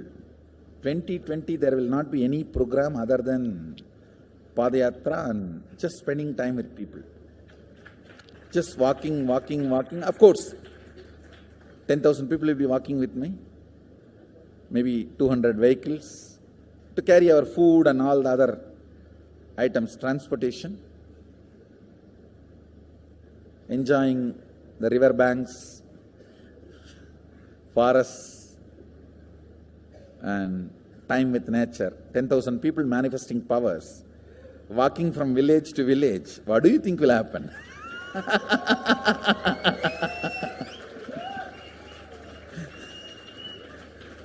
The scene of Buddhism spreading will be repeated now. How the Buddhism spread? 10,000 monks walking from village to village. What will happen? That's only monks. Here, power manifesting 10,000 people. The whole village will be manifesting powers. Just want to enjoy India and let India enjoy me. So planning for next year Kumbh Mela 2019, next year January Kumbh Mela. Before that, all the Balalayam, everything. Balalayam is going to be like the same structure outside with one stone tower, gold coated. It will be something like a 40 to 50 feet tall stone tower and 5 Rajagopurams, which will be something like 120 feet. This will be the Balalayam. And after the Mulalayam is built, this Balalayam will serve as a Utsava Murti Sannidhi, where the Utsava Murtis will be worshipped and where the Archanas. See, in the main temple, there will not be any Archana or anything, because just for darshan itself, there will not be time. Like Tirupati, you can only have darshan and Arti, the camp for Arti. No other worship is allowed in the main temple. Because 12 Abhishekam is going to happen, 12 Kala Abhishekams. So continuously the rituals will be going on. People can have only darshan. They will not be able to involve themselves in any ritual. Other than darshan, nothing else will be allowed. So all the archana, all the other offerings, like people will offer the archanas and other, everything will be done to the Utsava Murti, which will be kept in the Balalayam, the present Balalayam, present structure. So people can spend time here. That will be more like a main darshan. This will be like energy darshan, where you can give letter, get response. So by next year, the Balalayam will be ready. So 2019 full year, I will be conducting the programs and everything. 2020 will be the one full year Padayatra, walking. From next year Jayanti, means 2019's Jayanti, to 2020's Jayanti. Full year. Jayanti to Jayanti will be Padayatra. Before that, we will make 10,000 people power manifestors. It will be sannyasi, brahmachari, grihastha, all put together. 10,000 people will be walking. What a scene it will be. I think that is the only way the revival of Sanatana Hindu Dharma can be done. I need to get into the ground where people can see me, where they are living. I can't be waiting for people to come where I am living. Now I am sitting in one place to prepare these 10,000 people and make this science completely user-friendly. For that only I am sitting and working. So I have given 2 years for me now, 2018 and 2019. So 2020, before that 10,000 people will be ready to walk with me, manifesting powers. We will literally solve every person's problem in every village. The way we are walking, the route we are taking, physical healing or mental healing, or it's a too big visualization. How will you visualize? What will happen if 10,000 power manifestors enter into a village and ask people, tell me your problem now, come on, let's sort it out. Understand, 1,200 years before in Tiruvannamalai temple carvings, how the baby will be in the womb in 2nd month, 3rd month, all that is detailed way carved, it is there. Which scanning machine was there in those days other than the third eye? Very detailed carvings are there. Even Srirangam temple, the whole carving is there. Srirangam temple gives a week by week the whole picture of male baby and female baby. Any of you have seen that? Srirangam Rangaraja Mandapam, it very clearly portrays. There will be one Rangaranga Gopuram. In that next to Rangaranga Gopuram, there is a Rangaraja Mandapam. We have already.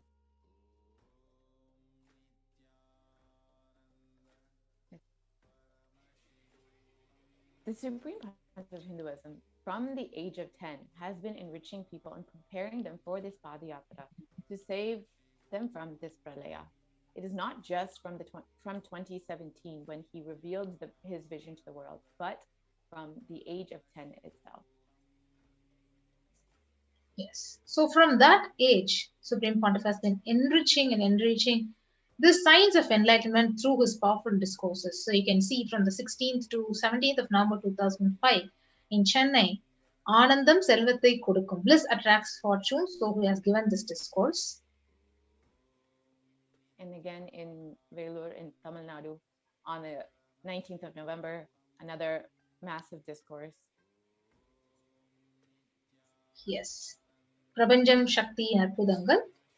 So again in 2005 in a place in Rasipuram in Tamil Nadu, he has given a discourse on what is the need for the Guru. And again, the 21st of November 2005 in Namakkal, Tamil Nadu, another discourse with thousands of people in attendance. Yes, so you can see the masses who are literally attending the darshan and the live discourses with the Supreme Pontiff of Hinduism in the November 2005 in Salem, Tamil Nadu, when he was conducting the Nithyananda Purana program. Again, Nithyananda program with thousands in attendance, Swamiji initiating and blessing so many people. And on the 25th of December in Tiruvannamalai, where Swamiji's birthday celebration, you can see literally thousands and thousands of people like around the Supreme Pontiff of Hinduism waiting to receive his darshan, and the 29th Jayanti celebration on 2006 in Adi Kailasa, Sarvagna-pita. And the 4th of January 2006, again, Jayanti celebrations addressing a school in Tiruvannamalai. And again, this is one of the Nithyananda Purana programs which Swamiji is conducting in the Tamil Nadu, and the Guru Purnima celebrations. And Bhakti's Purana program again. Yes, so this is a testimony to where the Supreme Court of Hinduism literally has spent his time, life, and energy in reaching out to people in various ways, reaching out to children in the form of little Anandas, in the form of Saptayaham, the rituals, the fire rituals were conducted across the various ashrams and campuses and adinams across Tamil Nadu. You can see the Supreme Pontiff himself is offering the Purnahuti to the Homa offering and the live darshan, which he is giving to lakhs and lakhs of people. So right from 2004 and till now, he's been continuously reaching out, enriching and enriching the see the Saptayaham performance of traditional art forms, which was conducted in Salem. And on the 2006 in Adi Kailasa Sarvajna Peetham, again, the Supreme Pontiff is conducting the Nithyananda Spurana program. Literally lakhs of people waiting day and night to listen to his discourses and receive his darshan. But however, if you see, the anti-Hindu elements have really made it impossible to do the re-energizing process by driving him out of India. Now we will watch Devi Parashakti's revelation on what is the solution for this great Kalaya. 2022 வரை India செல்ல வேண்டாமா என்று தெரிந்துகொள், சொல்வதை புரிந்துகொள். இந்த பெருநரகமான கிருமி போஜனம் இந்தியாவிற்குள் வரக்கூடாது என்பதற்காக 2020 பாரதம் முழுவதும் 12 ஜோதிர்லிங்கமும் பாத யாத்திரை செய்திடவே என் மகன் மூலமாய் திட்டமிட்டிருந்தேன். படுபாவிகள் ஓடத்தின் மாலுமியை ஊர்விட்டு துரத்தினார்கள். என்ன நடக்கிறதென்று பார். முறையாக கைலாய நாட்டின் தலைவனாக நிறை மரியாதையொடு நல் மதிப்பொடு என் நிஜாவதாரம் நித்யானந்தன் திருவடி மீண்டும் பாரதத்தில் பட்டு பாத யாத்திரை செய்த பிறகு மட்டுமே நீ அங்கு செல்ல வேண்டும். அதுவரை உன்னை காத்து செல்லாதே. ஓம் ஓம் ஓம்.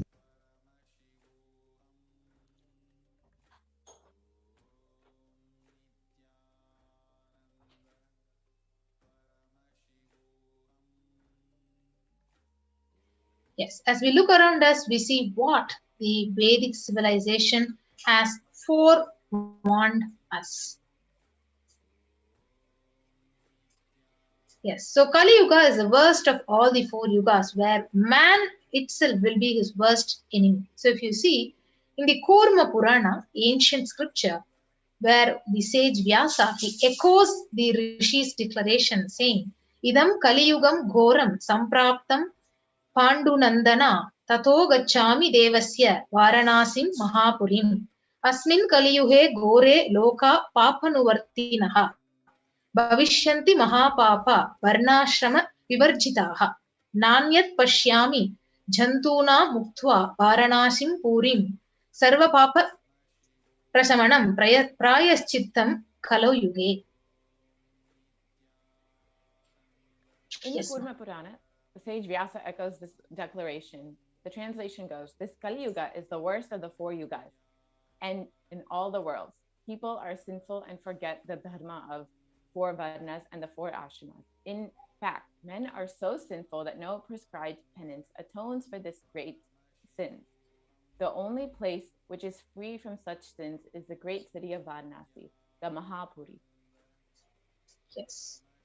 So the Kurma Purana, it states how Lord Rama, Paramashiva himself, is the avatar, and it very clearly says in this verse, Brahma Krita Yuge Devasthrethayam Bhagavan Ravihi Dwapare Daivatam Vishnuhu Kalau Rudro Maheshwaraha.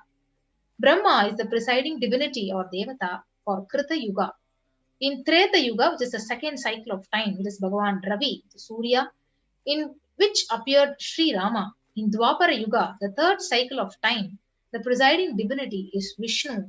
And in the Kali Yuga, the fourth cycle of time, the current age, the presiding deity, the avatar is Rudra, Lord Maheshwara, who is Maha Sadashiva. So, on the 2nd of January 1978, Paramashiva himself, out of his deepest compassion to protect humanity, descended into the form in the Nijavatara of the Supreme Pontiff of Hinduism, Jagat Guru Mahasannidhanam, His Divine Holiness, Bhagavan Nithyananda Paramashivam. So in 1979 would have been too late. So let us now watch this video.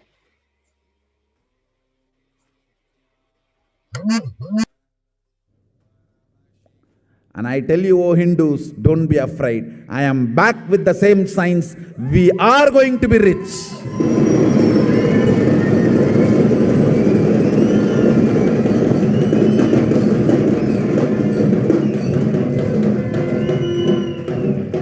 It is not lost. Just the last minute climax. Before it was going to be put off, I have happened.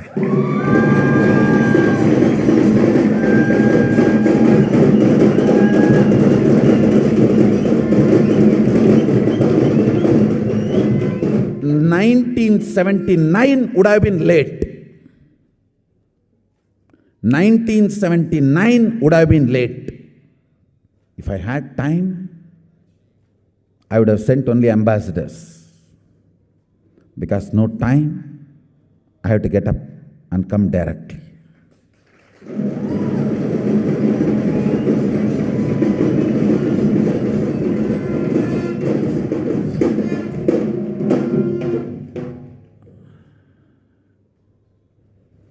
O Hindus, feel blessed.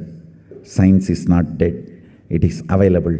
I have everything needed to bring that science back to life and establish its legitimacy.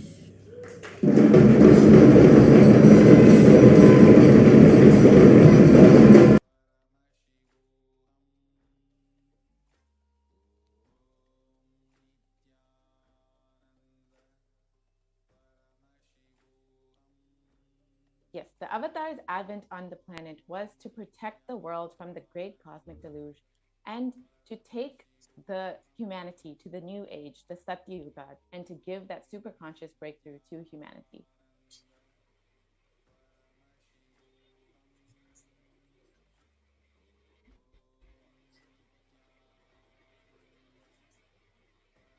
So now we listen to Parashakti's readings on 30th. ஓம் ஓம் உலக மக்களே கேளுங்கள். கலி முற்றி கலி கழிந்து புதுயுகம் சத்தியயுகம் புறப்பட வேண்டிய காலம் வந்ததனால் வந்திருக்கின்றது இந்த பெரும் பிரளயம்.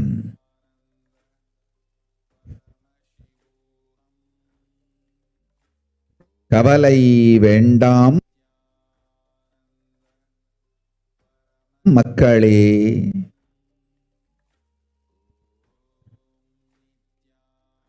நித்யானந்தன் வடிவம் தாங்கி நாமே இங்கு வந்திருக்கின்றோம். நித்யயுகம் செய்வோம். நித்யயுகம் சத்யயுகமாய் மலரும் இங்கு. ஆனந்தமாக இருங்கள்.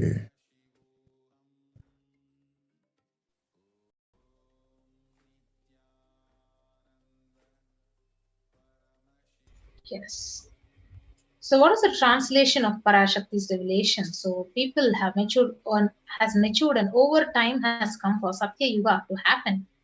So this great pralaya has come. Don't worry, people. In the form of Nithyananda, I myself have come here. I will make Nitya Yuga. Nitya Yuga will blossom as Satya Yuga. Be blissful. For this huge hell, Kirmi Bojam, not to come to India, 2020, I had planned to do the Padayatra through India in 12 Jyotirlingas through my son, Swamiji. Yes. So, in order to prepare for this, the avatar began the Padayatra at the mere age of 10 years. The Supreme Pontiff of Hinduism began enriching people one person at a time with the truths of the sacred scriptures and secrets of higher living, initiating many sannyasis, disciples, and power manifestors. So, even as the Supreme Pontiff was 14 and 15, all of his classmates recalled the Yatra, where the Supreme Pontiff led all of them from Gudiyatham, Tamil Nadu, to Tiruvannamalai, his birthplace, and a huge spiritual pilgrim site.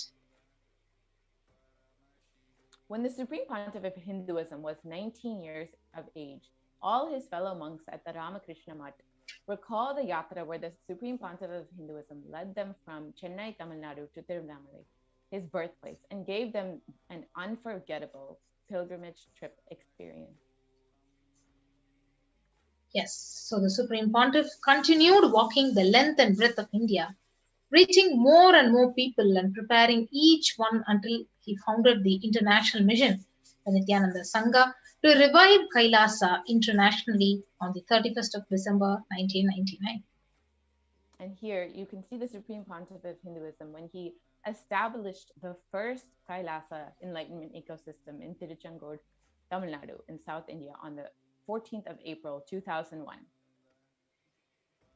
And in 2003, Avatar continued his mission to enrich people across various sects in the world and with intensity and dedication.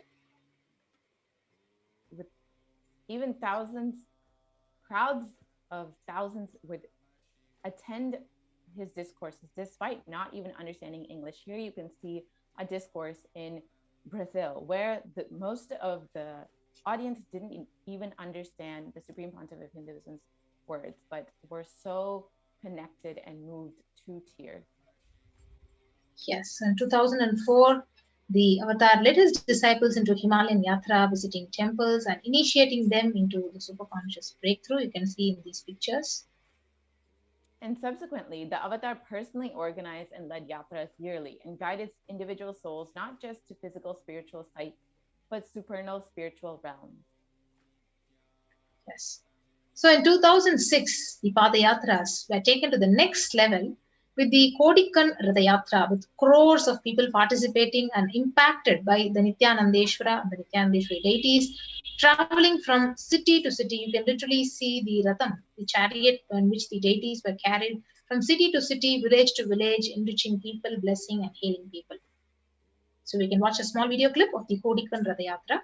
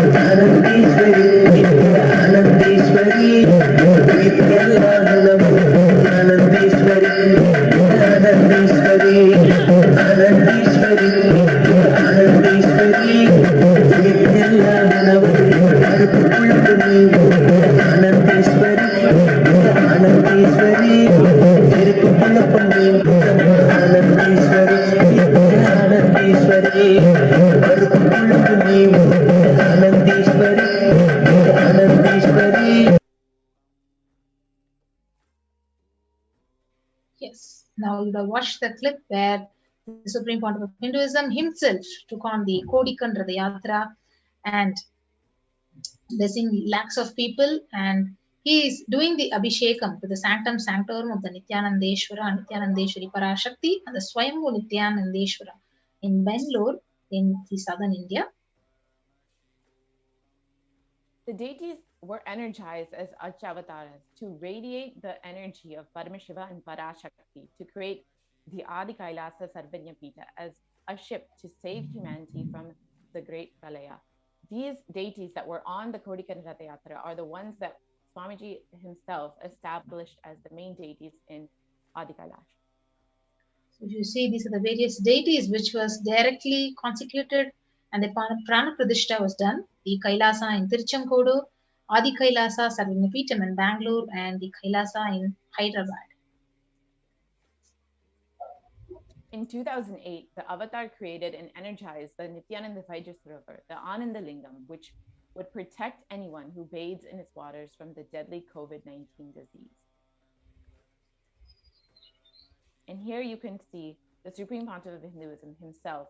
जनमस्सहस्राक्षाय च जगधन्मने जनमो गिरिशाय विष्टाय जनमो मीढुष्टमाय च शुमते जनमो स्रस्वाय च वामनाय जनमो बृहते च वर्षीयते जनमो वृद्धाय च संवृद्धने जनमो अग्र्याय च प्रथमाय जनम आशवे च जिराय च नमः शीघ्रियाय च शीघ्राय च नमः ऊर्म्याय च वस्वन्याय च नमः स्रोतस्याय च दीप्याय च नमो ज्येष्ठाय च कनिष्ठाय च नमः पूर्वजाय च परजाय च नमो मध्यमाय च पगल्भाय च नमो जगन्याय च बुद्ध्याय च नमः सोभ्याय च प्रतिसर्याय च नमो याम्याय च क्षेम्याय च नमः उर्वर्याय च खल्याय च नमः श्लोक्याय च अवसान्याय च नमः वन्याय च कक्ष्याय च नमः श्रवाय च प्रतिश्रवाय च नमः आशुषेणाय च आशुरथाय च नमः शूराय च अवभिन्दते च नमो वर्मिणे च वरुथिने च नमो बिल्मिने च कवचिने च नमः श्रुताय च श्रुतसेनाय च नमो दुन्दुभ्याय च हनन्याय च नमो धृष्णवे च प्रवृषाय च नमो दूताय च प्रहिताय च नमो निषङ्गिने च बुद्धिमते च नमस्तीक्ष्णे च वेजायुधिने च नमस्वायुधाय च सुधन्वने च नमस्कृत्याय च पथ्याय च नमः काट्याय च नीप्याय च नमः सूप्याय च सरस्याय च नमो नाद्याय च वैशन्ताय च नमः कूप्याय च भट्याय च नमो वर्ष्याय च नमो मेघ्याय च विद्युत्याय च नमः ईर्ध्याय च तप्याय च नमो वात्याय च रेश्म्याय च नमो वास्तव्याय च वास्तुपाय च ओम नमः सोमाय च रुद्राय च नमः ताम्राय च अरुणाय च नमः शंगाय च वशुपतये च नमः उग्राय च भीमाय च नमो अग्रे वधाय च दूरे वधाय च नमो. And then in 2009, the Avatar held another Kodikan Ratha Yatra and garnered international attention, creating a movement where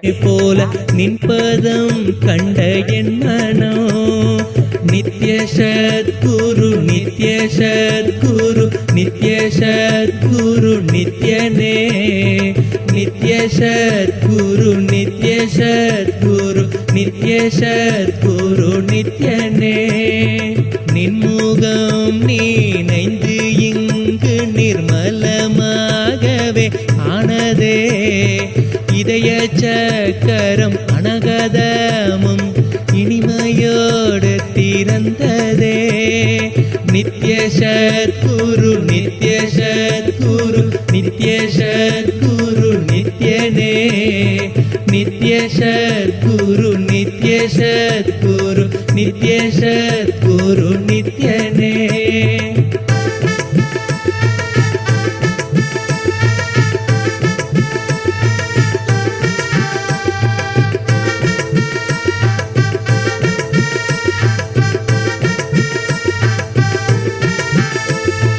மற்றவர் கண்டு மறைகள் எல்லாம் கழன்று விசுத்தி அதுவும் அசுத்தியாய் பொறாமையோடிங்கு ஏக்கத்தோடப்பா புண்ணியம் எல்லாம் போனதே எரிந்தவாயிரும் ஏக்கமும் சேர்த்து விசுத்தி அசுத்தியானதே விசுத்தியை தீர்க்க விமலனின் பதம் விரைந்து இங்கு வரவேணுமே நித்ய சத்குரு நித்ய சத்குரு நித்ய சத்குரு நித்யனே நித்ய சத்குரு நித்ய சத்குரு நித்ய Sadhguru நித்யனே.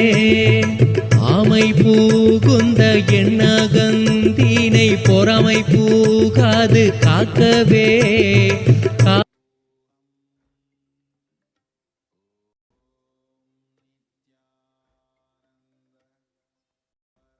Wherever the avatar's feet have graced the planet Earth, the seeds have been sown of super consciousness. So with 1,000 and plus Kailasas, ecosystems and Sarvagnapitas, billions of people worldwide, the avatar has established it, and you can see in the map Kailasa in Erode, which was the first ecosystem established by the Supreme Founder of Hinduism, the Adi Nithyananda Sarvagnapitam. So you can see the Adi Kailasa Sarvagnapitam in Bangalore, India, the Kailasa in Tiruvannamalai,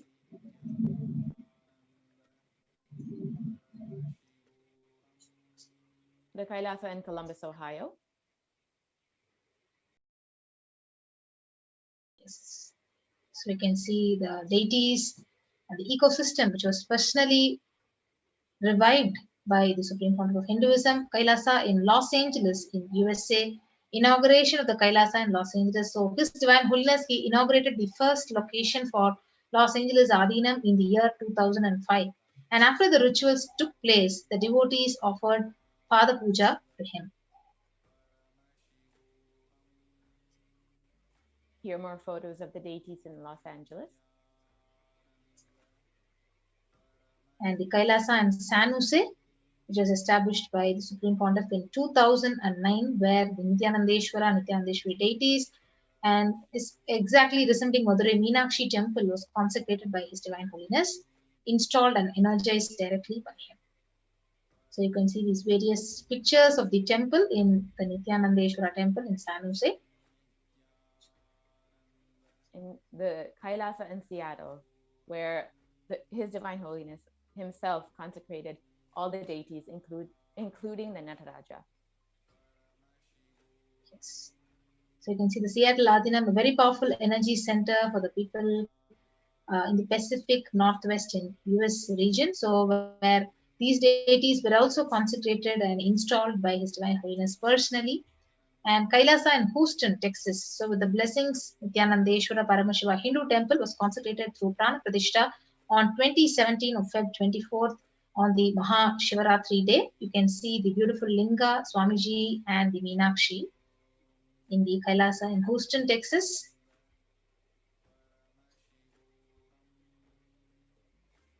Yes, and so then the Kailasa in Charlotte, USA, Charlotte, North Carolina, where the Supreme Pontiff of Hinduism blessed, as well as in New York. Yes, you can see Kailasa in Washington, D.C., the deities in Kailasa in Toronto, Canada. These deities were personally carved, personally installed by the Supreme Pontiff himself. And Kailasa in Oklahoma, Kailasa in Phoenix, in St. Louis,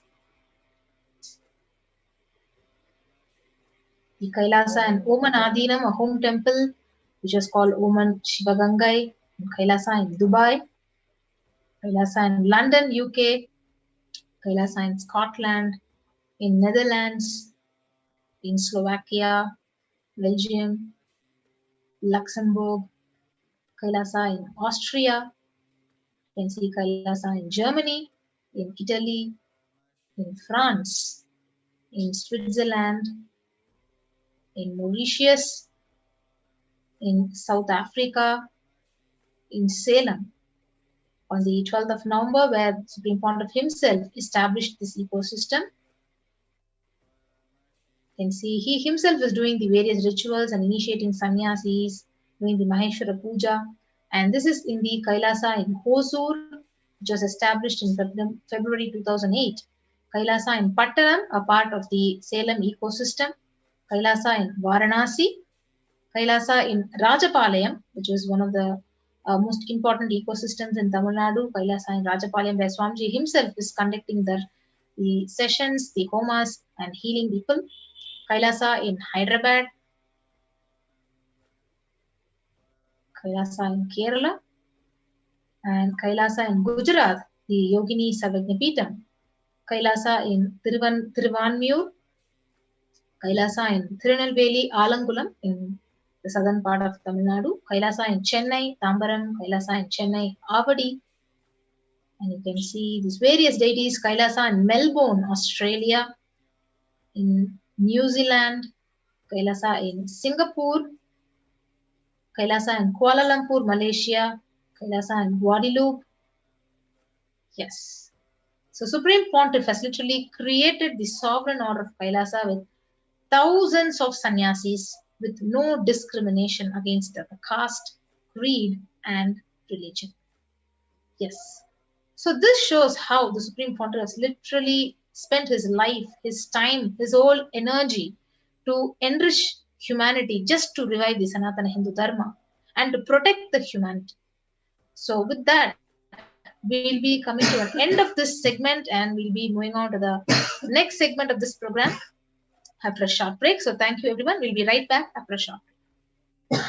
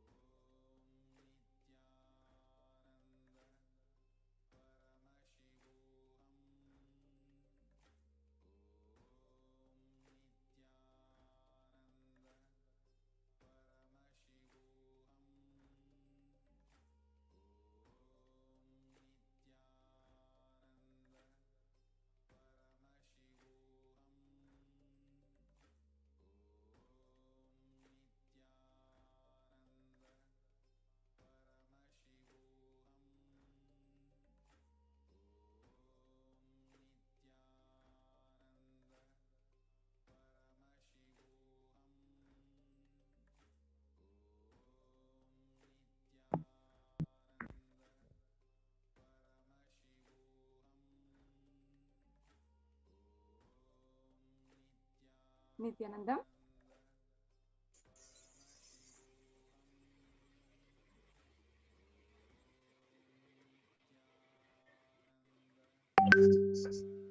Nithyananda, everyone, welcome back. Yes, we'll be moving on to the next segment of this program. How can we offer a deep love and gratitude to Parashakti when she's right there giving us the darshan and revealing the truths and Akashic readings for us? Yes. So, Yes. first of all, let's understand the significance of an offering, doing this seva for Devi Parashakti today. Offering is a gift of divine, gift of pure love, devotion, oneness, and it consists of two parts. One is giving, and the second is accepting.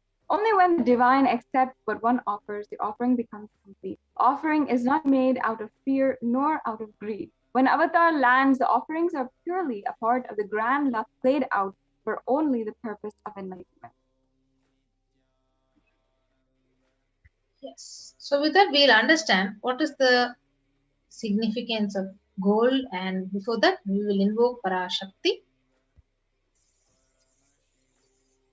Induni baveda karavakni nayanam syat pankajavaraabhaya japakshasarayuktam angahimabhushana vichitravasanam syat tungamakutojvala manonmani swarupam.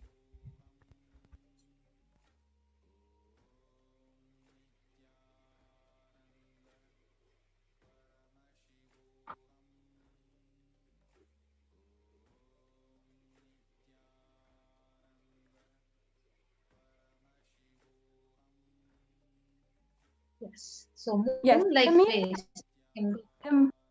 Yes, sorry. I'll just like the moon-like face, holding Vedas books on fire, and in eyes with lotus flower gracing and blessing hands, and one hand with the japamala, beautifully decorated with the jeweled ornaments in wonderful clothes and shining Bing crown. Her name is Manonmani. This is from the Moola Agama, Manonmani Dhyana. Yes, we have the next Dhyana sloka from the same Moola Agama of Manonmani Dhyana. Dhyaye Devi Trinetram Sashini Bhavadanam Veda Hastam Tadanam Savye Padmam Bharadama Pare Chapayam Chakshamalam Divyairabharanai Vibhushitadanum Brahmadi Pujitam Devi Meva Manonmanim Pratidinam Kamarta Datrim Shubham.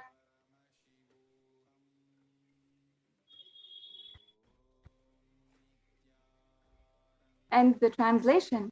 I meditate on Devi with three eyes glowing like a moon and hold the Vedas, lotus and gracing with the gracing and blessing hands. She is wearing beautiful ornaments. She is worshipped by Brahma and many gods and showers auspicious boons for all actions every day.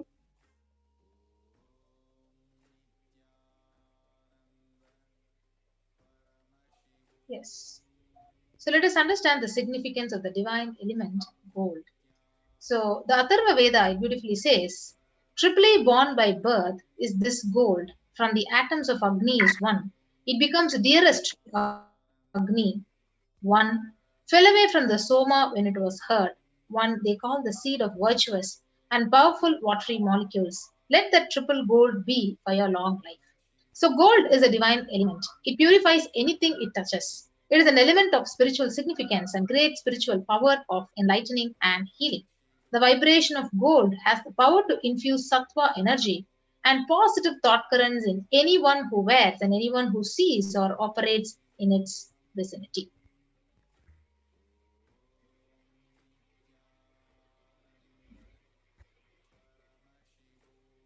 Yes, gold is present in all the scriptures, Agamas, Vedas, Shrutis, and Smritis, in the Itihasas and Puranas. It is in all Hindu scriptures, and it is abundantly the most auspicious and the purest metal, which purifies even the being. In the Hindu civilization, everything was built in gold. Ritual feasts were offered in gold bricks, and one was to be saved from life-threatening illnesses. Gold was to be offered as a ritual fee. Gold was in an abundance used for weighing equivalent amounts of commodities, including cows. Kingdoms were built with huge doors of gold, and the streets would have huge columns and huge archways made of gold. Horses, cows were dressed in gold.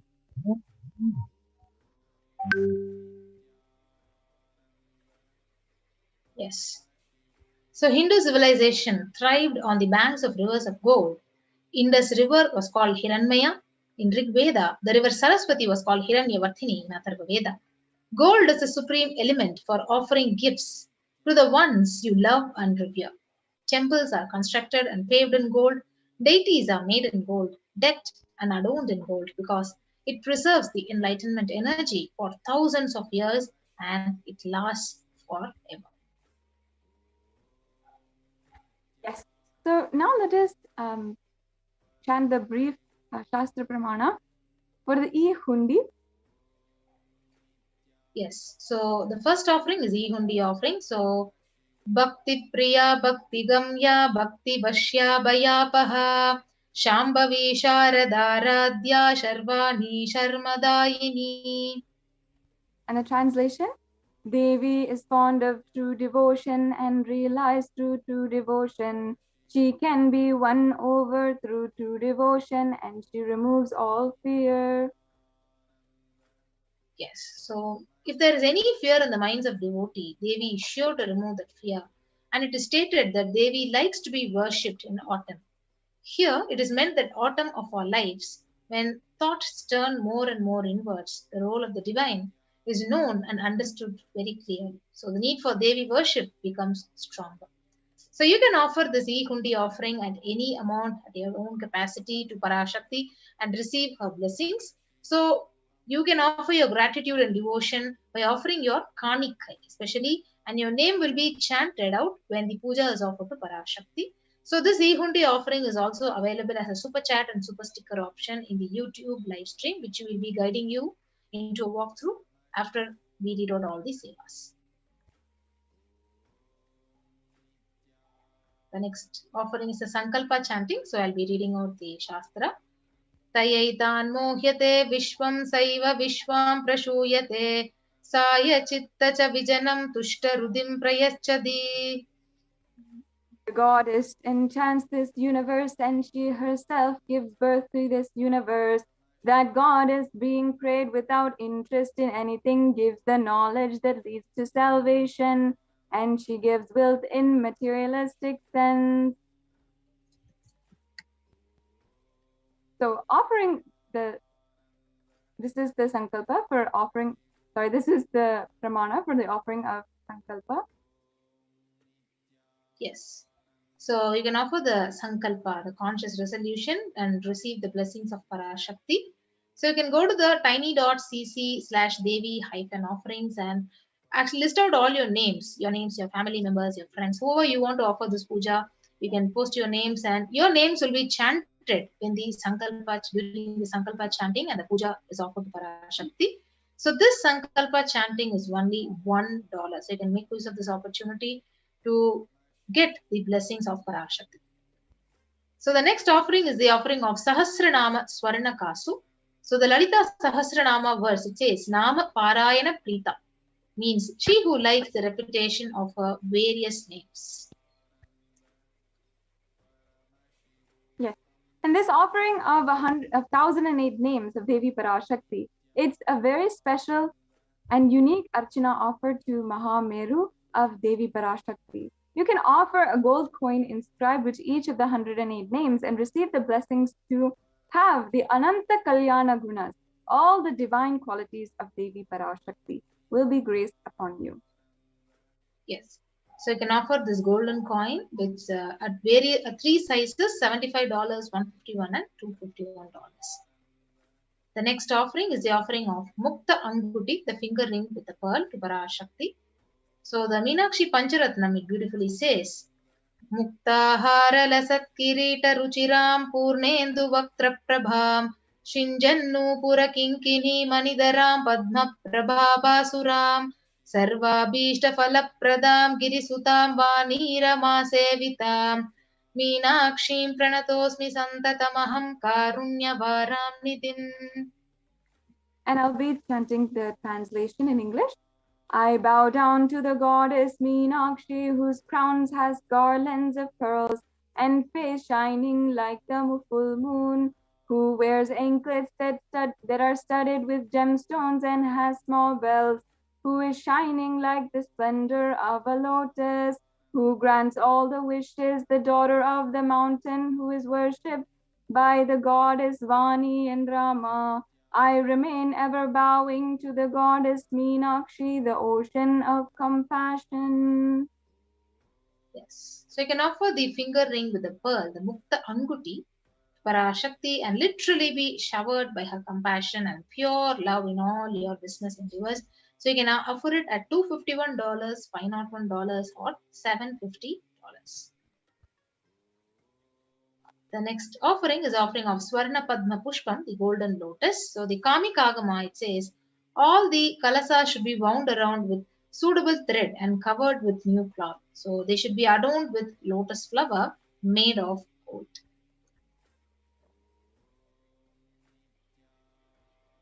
And there are hundreds of scriptural references for using lotus in the worship of Paramashiva.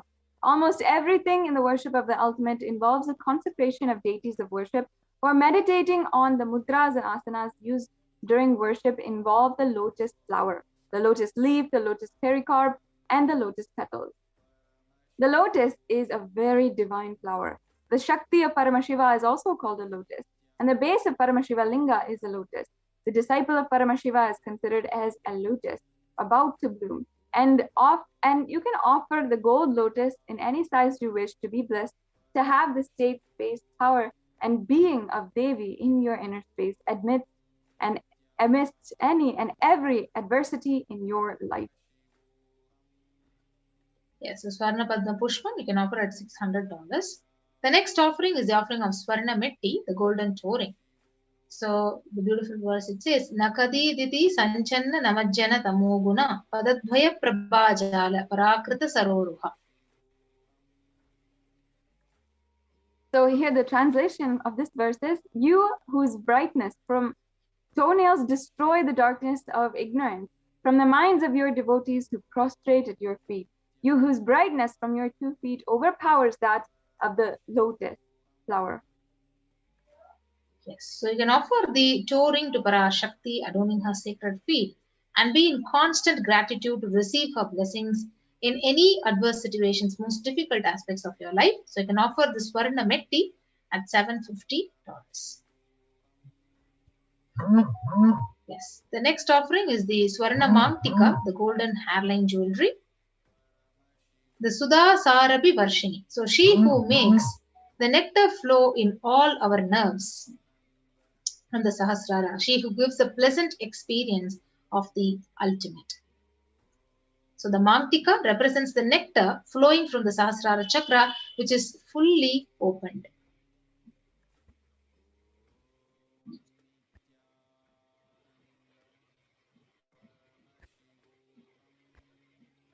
So you can offer the Swarna Mangtika, the golden hairline jewelry, to the Parashakti and receive the blessings for achieving the blissful state of overflowing gratitude and space of complete completion. So you can offer the Swarna Mangtika at $750.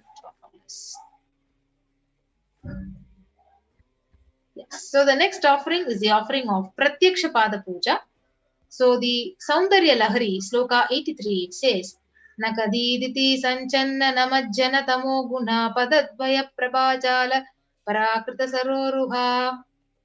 The translation goes, the illumining splendor of Devi's toenails dispel the darkness of ignorance in the devotees prostrating at her feet. Her feet defeat the lotus in beauty.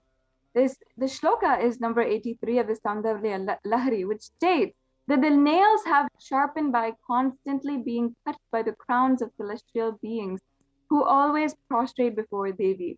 Tamoguna is darkness, and in this stotram, tamas is indicative of kinds of devotees, and by constantly prostrating at the feet before Devi, their ignorance is removed and they attain knowledge. offering the Pratyakshapada Puja, the Yajaman will have all of the auspiciousness and blessings of the Supreme Pontiff of Hinduism. Yes, so you can offer the Pratyakshapada Puja to receive the blessings. So we have the upcoming Guru Purnima Pratyakshapada Puja in the next month. You can avail this opportunity to offer it to the Supreme Pontiff of Hinduism at $1,008. So the next offering is the offering of Vastra Seva, the sacred cloth offering to the Supreme Pontiff of Hinduism and Parashakti. So you can offer this along with the Pratyakshapada Puja at $1,008 and receive the blessings and auspiciousness of His Divine Holiness Bhagavan Nithyananda Paramashivam.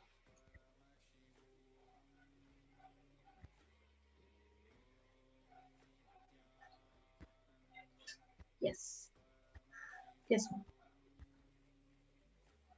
So this is a summary of offerings that you can offer today, and make sure that you have the auspicious blessings of Devi Parashakti. Yes, so this is the compilation of all the offerings which you can offer to Parashakti, the E-Hundi, the Sankalpa chanting, the Devi Sahasranama Kasu, the Mukta Anguti, which is the pearl finger ring, the golden lotus flower, the Swarna Metti, Swarna Mangtika, and Pratyakshapada Puja along with the Vastra Seva. So now we move on to the procedure of how to offer all these various sevas to Parashakti when you're going to be having her darshan. So if you're ready to offer any one of these sevas, but you have an intention, but you're interested in offering, but still you need help in manifesting, you can go ahead and click on to this link tiny.cc/bhavasamadhi and fill out all the details and you can seek for your help. And once you're ready to offer these sevas by an online payment, you can go ahead and click on to the link tiny.cc/devi-offerings. So once you're done with making an online payment and offering the seva to Devi Parashakti, you can move to the next link to submit your details for the puja, for your names to be chanted when the puja is offered to Parashakti. The link is tiny.cc/sankalpa 2021. So I'll be quickly taking you through a walkthrough of how to offer your seva through an online payment. So when you click on to tiny.cc/devi-offerings. So when you click on to that link, you'll be guided to this page where it says Parashakti Bhavasamadhi Darshan Donation. So you can go ahead and choose an option. So there are various options of the sevas which you can offer to Parashakti. For example, you're choosing the Pratyakshapada Puja. So it shows $1,008. So go ahead and add it to the cart. So once you click onto the option add to the cart, you'll be guided to the next page, which is now projected. So you'll be guided here and you can go and click on to proceed to checkout. So once you proceed to checkout, you will be guided to the billing details where you need to be filling out all the details required and your order details. And once you do this, you can place your order by clicking on to the right bottom option. So after you finish offering the seva to Devi Parashakti, you are now having the beautiful opportunity to actually write all your names of your family, your friends, your beloved ones in the link of the Sankalpa. So you can go to the Sankalpa link and click on to the next, where you'll be guided to the next page and fill out all the details that are required, your name, your city, your country, and don't forget to select the Devi Bhavasamadhi Darshan option and click on to next and submit this page so that your names would be chanted when the puja is offered to Parashakti. So not only that, we have another beautiful opportunity when the live darshan is happening, and even now you can go ahead to the live stream in the YouTube, and once you go to the live stream, you'll be guided to the live comment section here where you can see a super chat and a super sticker option. So you can offer the e-hundi donation, as a devotion, token of love and devotion to Parashakti by clicking on to any one of these options and offer it to Devi Parashakti. Yes. So with that, we come to the conclusion of this part of this segment of this program, and we'll be quickly moving on to the next segment of the program after a short break. So thank you, Nithyanandam.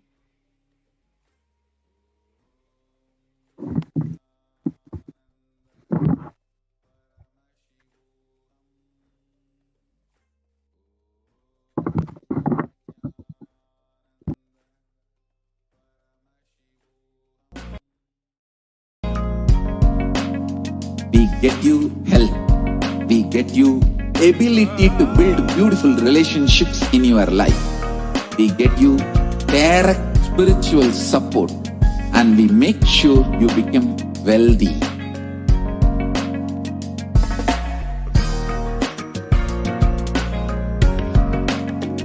We won't stop giving you just good life. We will literally not stop till you live enlightened life. Manifesting the state of Paramashiva, space of Paramashiva, powers of Paramashiva, being of Paramashiva.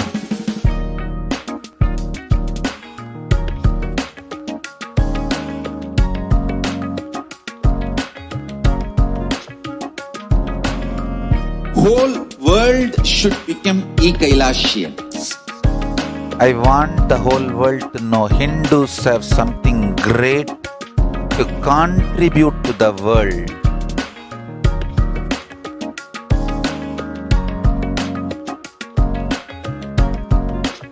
We have something great to contribute to the world. Let us do that.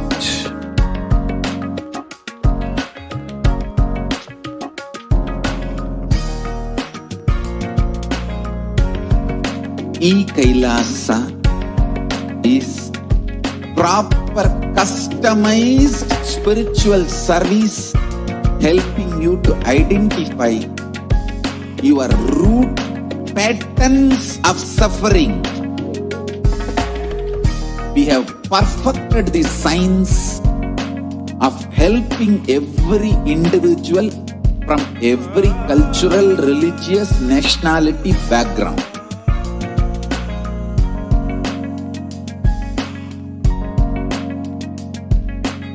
You will have lowest reactionary assumptions, highest awakened response, alive response for life continuously.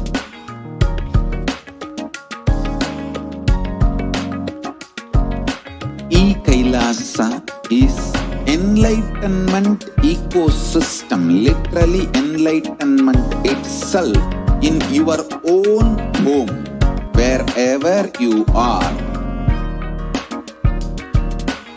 Proper customized spiritual service helping you to complete with your life negativity.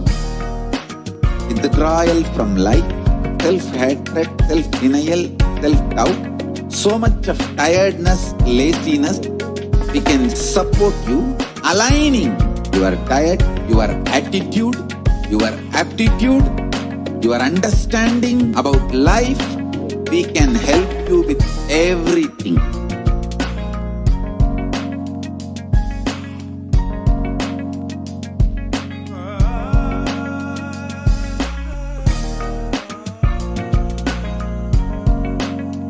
If you are interested in enlightenment, we will immediately bring this to you. If you are not interested, we will explain the whole science, inspire you and make you interested in enlightenment science. We need to cater this enlightenment science to the whole world wherever they are, because enlightenment is the birthright of all human beings. Kailasa is responsible to provide that to all human beings.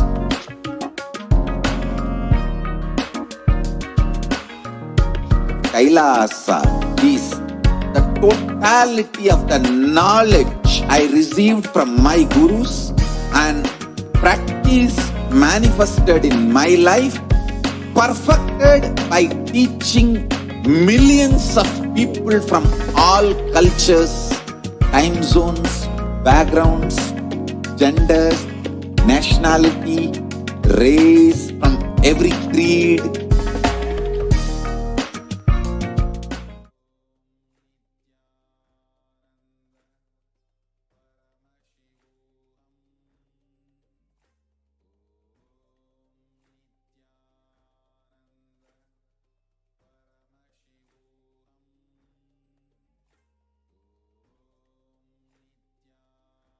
Nithyanandam, and welcome to one and all.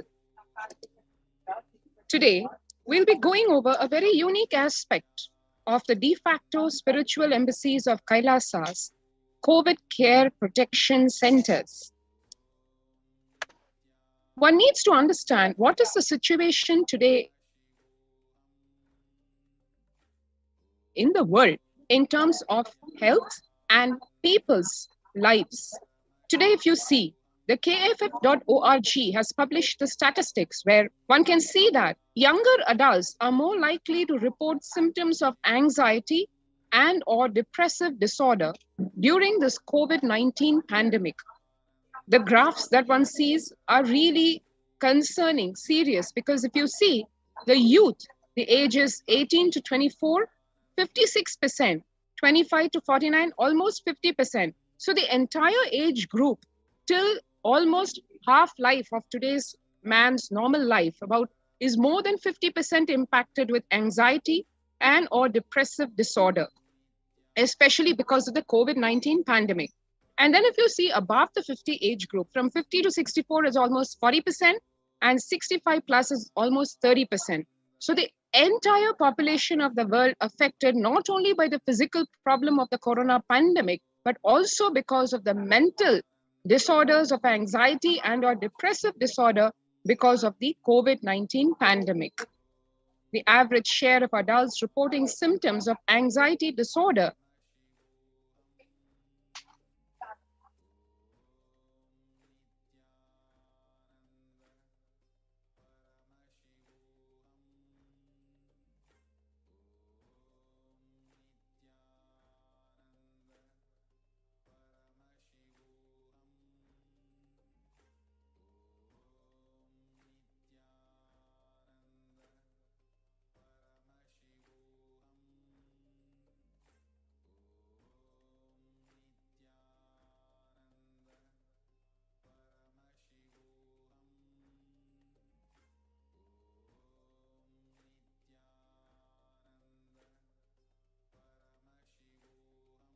the average share of adults reporting symptoms of anxiety disorder and or depressive disorder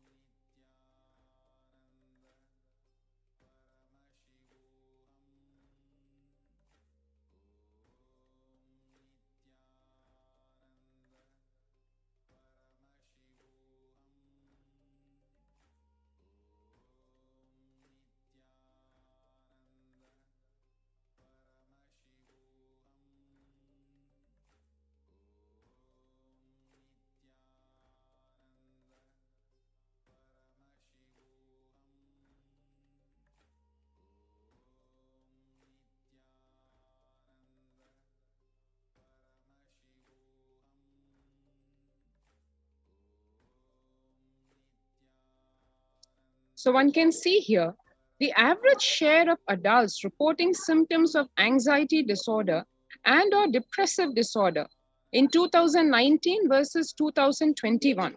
One can see here in 2019, as per the NHIS, it's only 11% of the people, whereas in January 2021, according to the Household Pulse Survey, it is a whopping 41%, which is almost 4 times the number in 2019. The share of adults reporting symptoms of anxiety and or depressive disorder during the COVID-19 pandemic by age, one can see here, indicates a statistically significant difference between adults ages 18 to 24. The data shown includes adults ages 18 plus with symptoms of anxiety and or depressive disorder that generally occur more than half the days or nearly every day. The data shown is for December 2020, and the source is the US Census Bureau and the Household Pulse Survey 2020.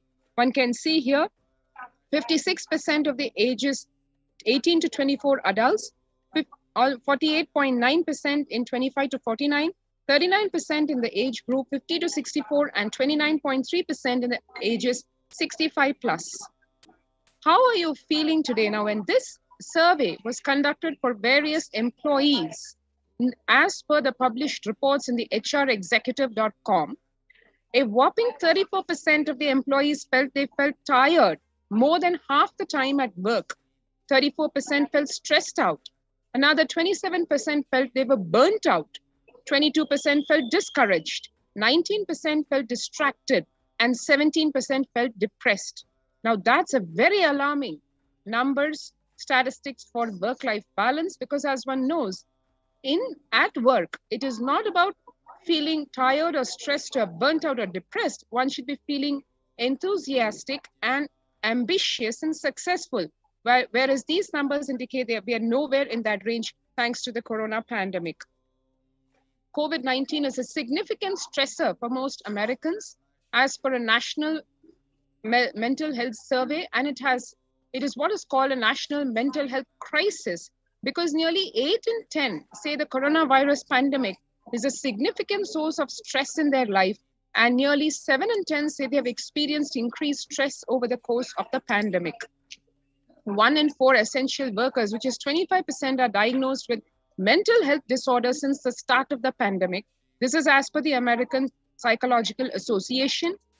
And COVID-19 could literally exacerbate doctors' existing mental health burden, because more than 60,000 of the US healthcare workers have contracted COVID-19. 300 have died. An estimated 300 to 400 physicians die by suicide every year. Of the health workers who treated patients during China's COVID-19 outbreak, 50% showed signs of depression and 45% showed signs of anxiety, according to just preliminary research. Self-reported mental health among pregnant women and new mothers, what it indicates is, before the COVID-19 pandemic, 15% reported depression and 29% anxiety.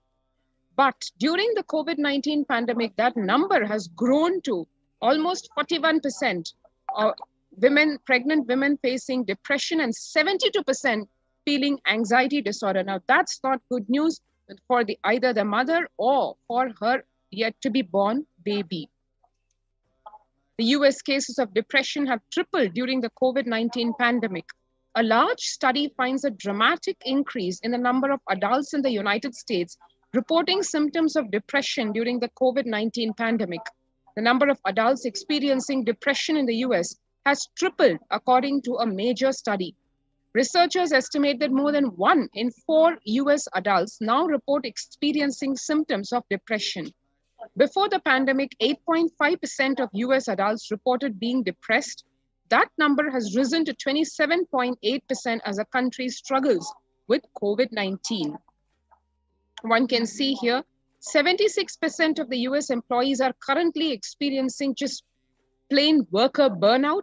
57% say worries about COVID-19 have been a contributing factor, and 33% say comparatively worries about political issues have contributed to their burnout. So almost double the number of people are more worried about the COVID-19 pandemic and its impact than even political issues. COVID-19's impact on the mental health shows 78% of the global workforce says the pandemic has negatively affected their mental health. 85% say their mental health issues are causing sleep deprivation, poor physical health, reduced happiness at home, strained family relationships, or isolation from friends. 68% of people would prefer to talk to a robo over their manager about stress and anxiety at work. 76% of workers believe their company should be doing more to protect the mental health of the workforce. So one can see here, even in the workforce, a massive, almost 80% of the people of the workforce expects to be given mental health support. The young workers are hit the hardest. As we are seeing, ages 22 to 25, 89% of the youth impacted, 26 to 37, 83%. And then as we go into the closer to middle age, 38 to 54, 73% impacted, and 55 to 74, the elderly age group, 62% impacted. The younger respondents were more likely to say that the pandemic has had a negative effect on their mental health. Now, this information, this survey is based on oracle and workplace intelligence. So one saw where we are in the world today with mental health, stress, burnout, depression, anxiety, depressive disorders. The world literally plagued by it because more than 50% of the population and more than 50% of all the age groups is being impacted not only by the corona pandemic, but also by the accompanying mental health disorders and causing a mental health crisis. Now, this is exactly what the Supreme Pontiff of Hinduism, Jagat Guru Mahasannidhanam, His Divine Holiness, Bhagavan Nithyananda Paramashivam, in his Devi Parashakti Akashic readings had warned months back, and what the Supreme Pontiff of Hinduism, Nithyananda Paramashivam, had himself warned in satsangs over more than 2 years back about the onslaught of this corona pandemic and how it would be a pralaya that would engulf the planet, and how to save oneself from its after effects, and how this pralaya is today eating the whole planet, putting people in tremendous panic and worry. What do we do to counter that? Let us see from its very grassroots in terms of what the Supreme Pontiff of Hinduism has done for years to prepare humanity, not only to handle this pralaya, but also to take, even at this time, the leap, quantum leap into super consciousness. So to understand that, we will just take a brief look at the contributions from Kailasa's Department of Human Services first, because that's what's going to be at the core of being able to tide over this pandemic.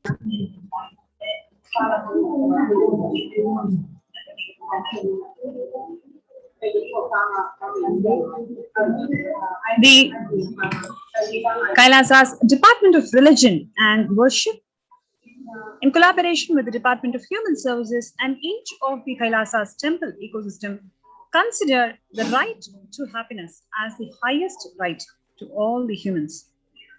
The ultimate goal of Hinduism and Kailasa, which is spearheaded and led by the Supreme Pontiff of Hinduism, Jagat Guru Mahasannidhanam, His Divine Holiness, Swamiji, is the material and the spiritual well-being and prosperity for the entire humanity. Kailasa is a place where everything related to super consciousness is revived. All the sampradayas, all the spiritual ecosystems created for enlightenment will be revived and established in such a way that it never gets lost again. Forever serving the humanity is the only goal of Kailasa. Now, what we are seeing is an amazing picture from 2006, 21st of October, where the Supreme Pontiff of Hinduism, along with the peacekeepers of Kailasa and the children of Nithyananda Gurukul, celebrating the auspicious occasion of Deepavali. And you can also see the peacekeepers of Kailasa following a meditation under the sacred banyan tree, the Kalpa Vriksha. This is from 2018, where the peacekeepers of Kailasa and participants of Paramashivoham meditation program take part in the celebrations of traditional flag hoisting ceremony. And this is from 2006, where the Supreme Pontiff of Hinduism conducting the Nithyananda Spurana Convention, which is Life Bliss Program Level 2, a meditation workshop that was conducted in Chennai, India. Everywhere you can see how thousands of people are benefited by all the work and the contributions from the Supreme Pontiff of Hinduism. And what you're seeing here is 26th of May 2006, where the peacekeepers of Kailasa and the Supreme Pontiff of Hinduism on a Himalaya Yatra, which is actually a sacred pilgrimage to Himalaya mountains and up the Kaveri, up the river Ganga. Yes, so this is very interesting picture. In 2011, the temple ecosystem of Tiruvannamalai serves as the driving factor in maintaining the lifestyle of health, wealth, well-being of the denizens of Tiruvannamalai, one of the remaining living temple ecosystems.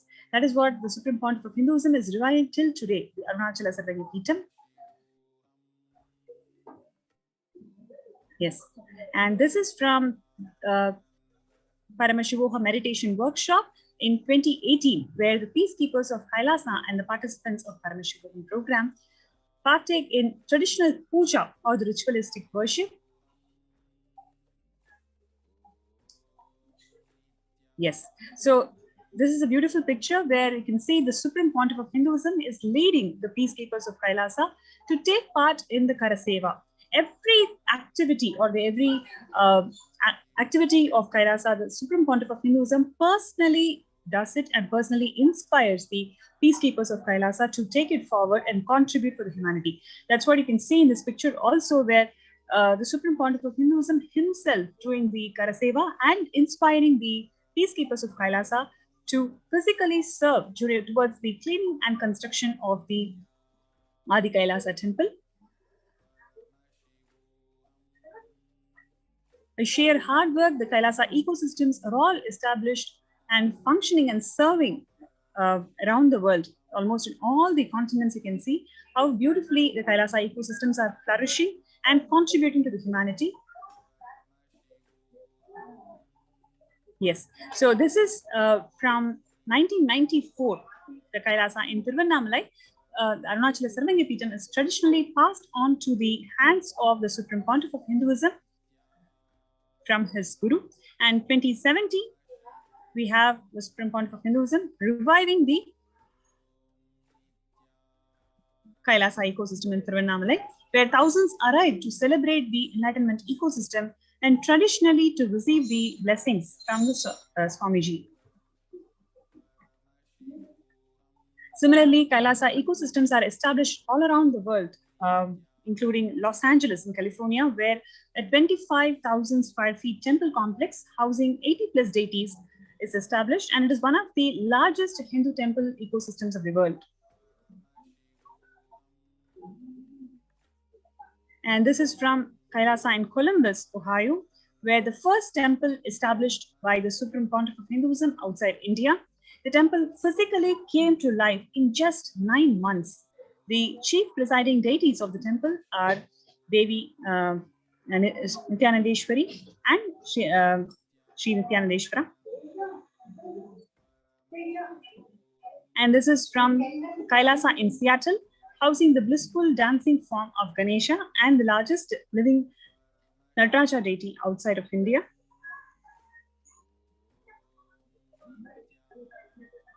This is from Kailasa in San Jose, which radiates the energy of Madurai Meenakshi temple. The chief presiding deities of this temple are Devi Meenakshi, Lord Paramashiva, and Lord Nithyanandeshwara and Devi Nithyanandeshwari. All these temples, the deities of these temples are made, physically made in the Sacred Arts University, and they are all energized by the Supreme Pontiff of Hinduism. That is why when you connect with these deities, you feel the living energy, living presence of these deities. So this is from the Kailasa in St. Louis, which houses one of the tallest Venkateshwara. This is from Kailasa in Phoenix, Arizona, which is home to over 21 deities with the temple structure of 2,500 square feet. This is from Kailasa in Houston, which is declared as the Parihara Sthala of all the Navagraha doshas.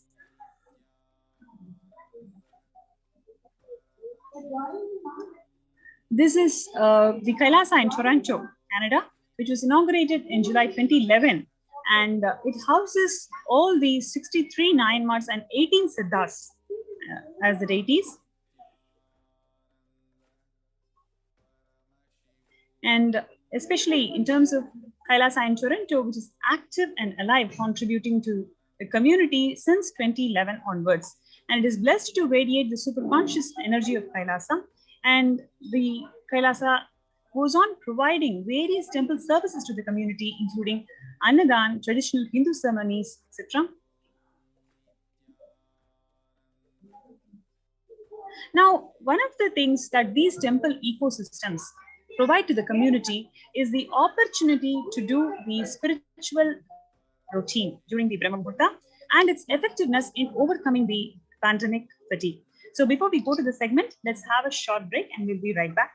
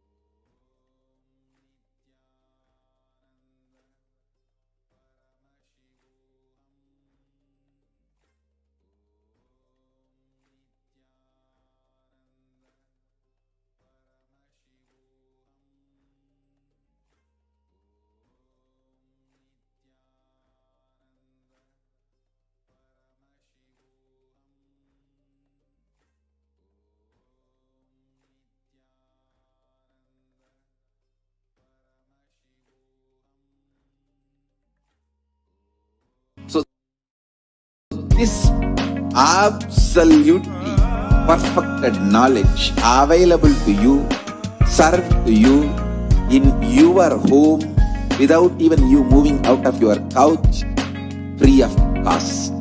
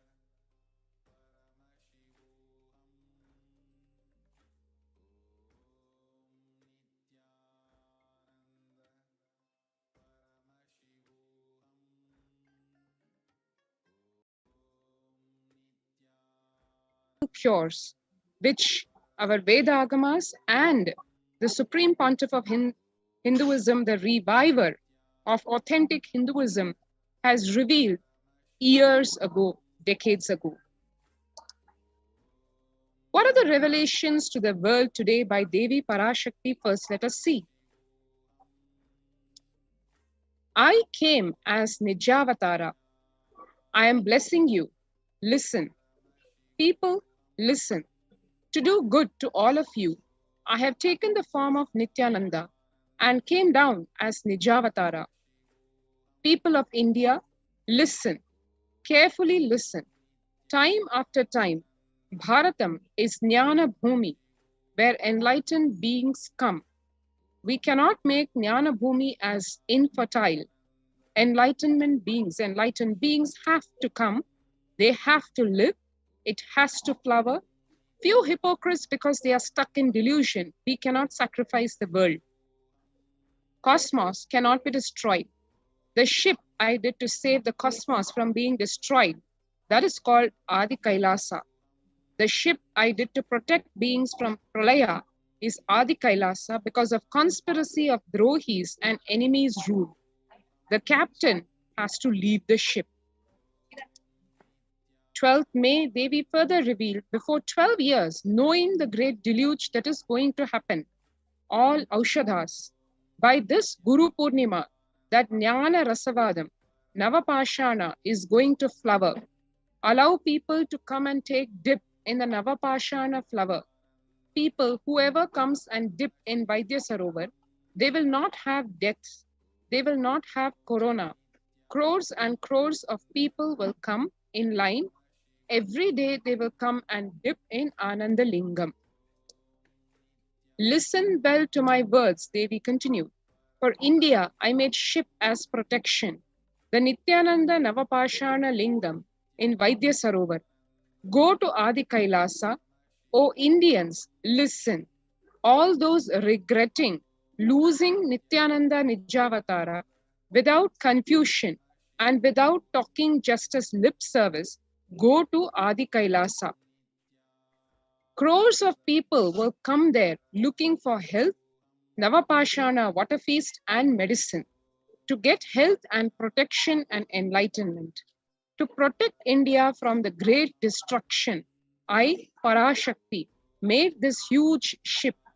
Even if captain is not there, ship is there.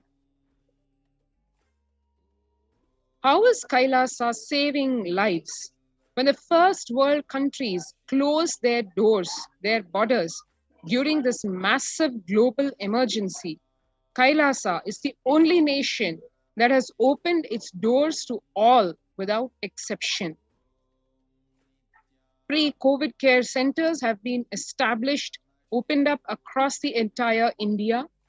These include Adi Kailasa in Bidadi, Bangalore, Salem Adinam in Tamil Nadu, Tiruvannamalai Adinam in Tamil Nadu, Rajapalayam Adinam in Tamil Nadu, Puduvai Adinam in Puducherry, Pattanam Adinam in Tamil Nadu, Siragapadi Adinam in Tamil Nadu, Sripuram Adinam in Hyderabad, Madurai Adinam in Tamil Nadu, Avattipalayam Adinam in Tamil Nadu, Hosur Adinam in Tamil Nadu, Baroda Adinam in Gujarat. The multiple free COVID care centers have opened across India as Kailasa rushes to aid India as India finds itself on the verge of the COVID-19 third wave. Various humanitarian services offered during the pandemic in Kailasa's de facto spiritual embassies across India, spiritual services offered during the pandemic in Kailasa's de facto spiritual embassies across India, and cosmic revelations being made on the global pandemic.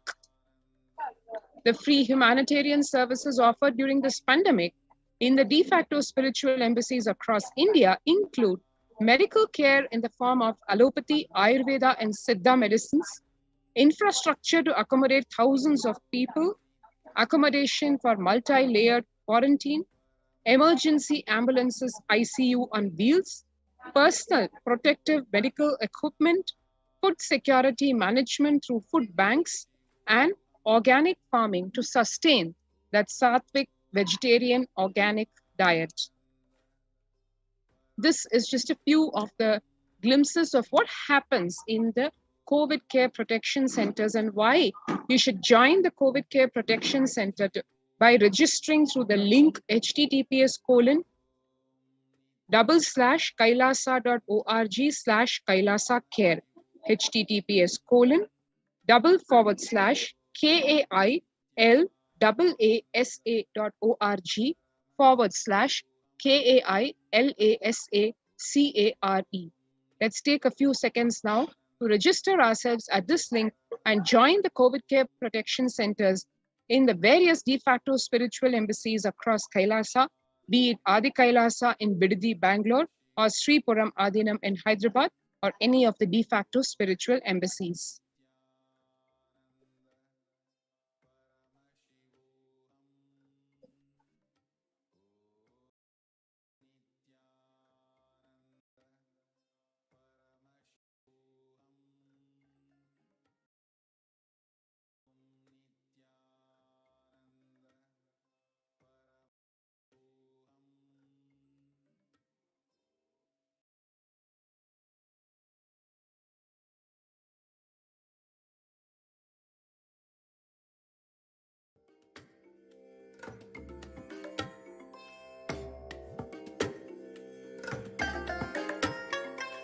I bless you all.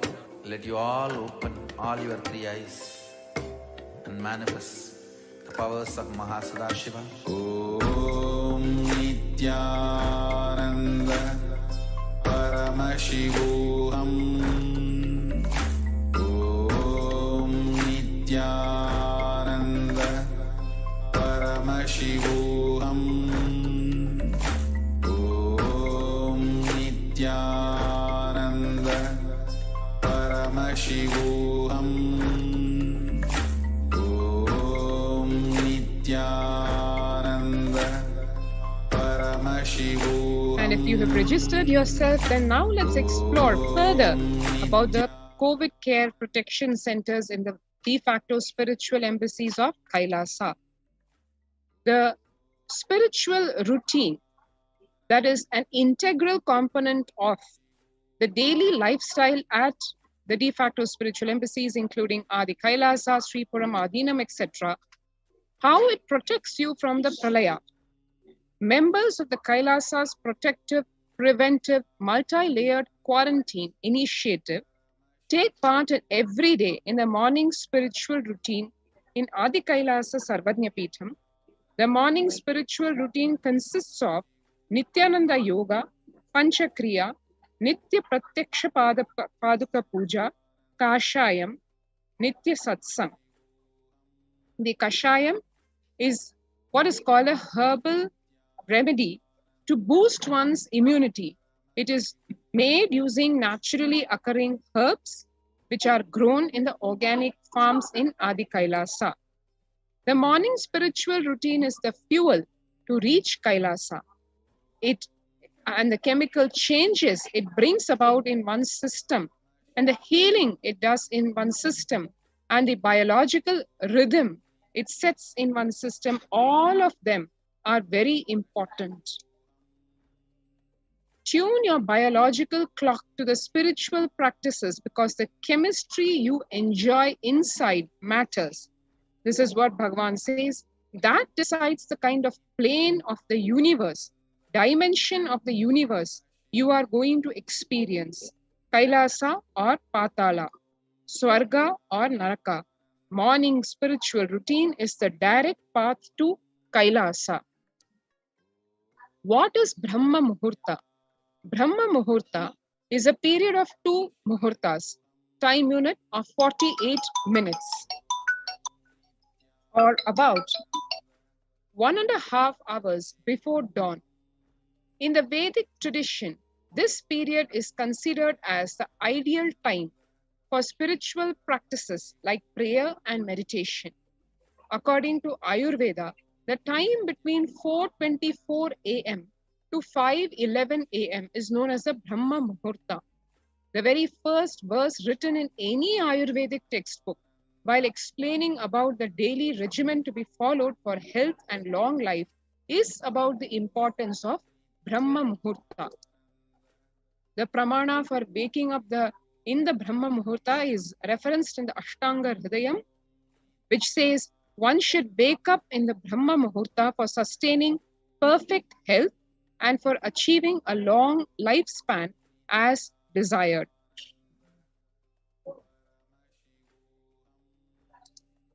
The benefits of waking up in the Brahma Muhurta: at this time, a high level of prana, vital life energy, which is necessary for the body, is adequately present in the atmosphere.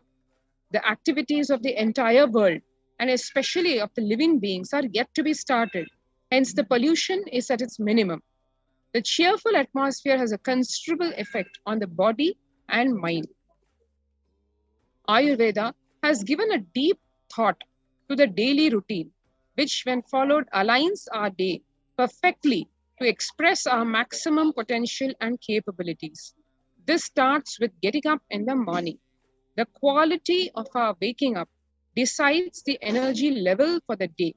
A peaceful, fresh start is always better to a dull, lethargic start with a heavy feeling. Tuning our biological clock to the rising and setting of the sun is the best way for reversing the aging process. Waking up during this Brahma Muhurta puts us in perfect synchronization to the natural clock. Now next is the Shat Karma in Hatha Yoga. The first step in traditional Hatha Yoga is Shat Karmas, purification of the body, practiced for hygienic and preventive purposes. Have spiritual end in view. Example, Karna Dhauti, practice for cleansing the ears, enables the practitioner to hear the mystical internal sounds. Neti is said to bestow clairvoyance. Shatkarma in Hatha Yoga includes various practices, and they have their origin in Ayurvedic Panchakarmas, which are for purification and detoxification treatment. They affect and activate almost all the vital systems in the body: digestive, respiratory, circulatory, and nervous systems. The Panchakriya in Nithyananda Yoga, what is this component? What does it contain and why is it important? These are cleansing techniques adapted for the modern lifestyle. They prepare the body to experience the higher states of meditation, ultimately to attain enlightenment. There's better health and quality of life. Modern world with much polluted environment, impure food, ailing bodies, and disturbed minds. This is a solution for all this. The 5 processes in the Panchakriya include eye cleansing, Jalaneti, Sutraneti, Jalabhasti, Haritakki. Netra Shuddhi or eye cleansing, the first process. Eyes are the most used organ of the body. Constantly they are subjected to external stimuli, air pollution, bright lights, and they are overused. The Netra Shuddhi is a very simple technique for eye health. One can do this just 2 times daily, 1 time in the morning and 1 time in the evening. What does it have? You have water being poured in a small container, which can then be upturned over the eye, and the eyeball rotated in the water so that all the toxins or the impurities which are there inside the eye, when the eyeballs rotate, the entire portion gets cleaned, almost like giving it a bath. What are the benefits of eye cleansing? It reduces itching, burning sensations, redness, eye strain. It relaxes the eye muscles, cools and refreshes the eyes, leads to clearer vision, reduces the puffiness around the eyes, helps in the prevention of conditions like cataracts, and has a relaxing effect on an anxious mind. Jalaneti is the nasal passage cleansing with water. It cleans the air before it enters the lungs. Thin layer of mucus and fine hair and nose will trap the impurities. This Jalaneti moves the impurities to the throat and the stomach, where the stomach acid eliminates the bacteria, warms the cold air before it enters the lungs, humidifies the dry air to prevent drying of the lining of the airways. Jalaneti, one can see, the Jalaneti pot is put on the nostril and the head is tilted so that the water goes from one side of the nose over the bridge and falls out of the other side. The benefits of Jalaneti are phenomenal. It cleans out the nasal passage and sinus cavity, but it doesn't stop there.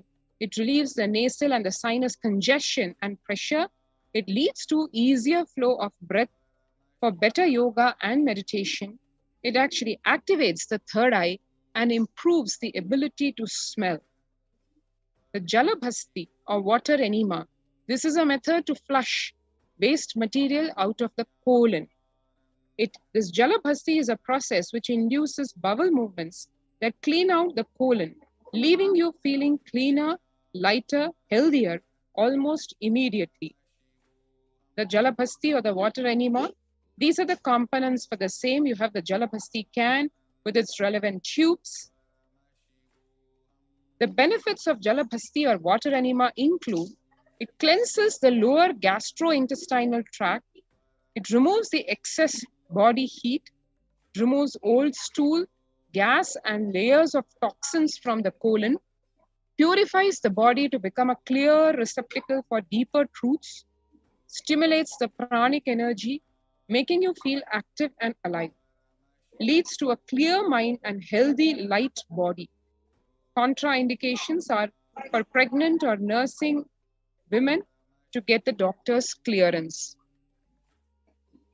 Now we come to Haritaki, which in the Nithyananda lineage is literally considered a miracle herb.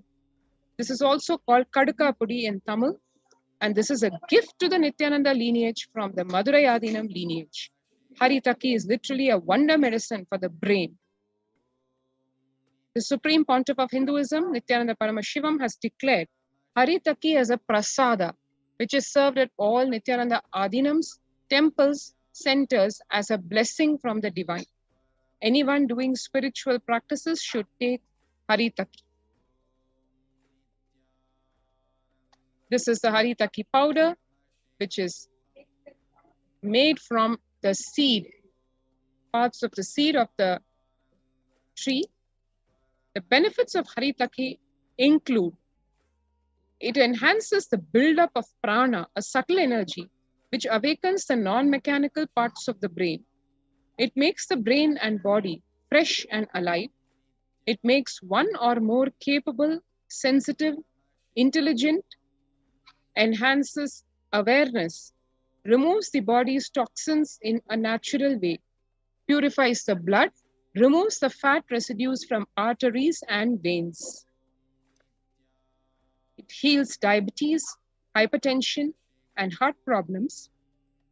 It sharpens the vision, regulates the colon function, soothes the throat, helps the pulmonary system of the body, and is very beneficial for gums. Next is yoga. When you do yoga, you experience your entire body becoming Amrita Sharira, body filled with nectar. It becomes an ecstatic body just by the air, without any external touch. The Supreme Pontiff of Hinduism, Jagadguru Mahasannidhanam, His Divine Holiness, Bhagwan Nithyananda Paramashivam, has revived the science of Prathama Vinyasa Krama from Shashtanga Yoga as revealed by Paramashiva.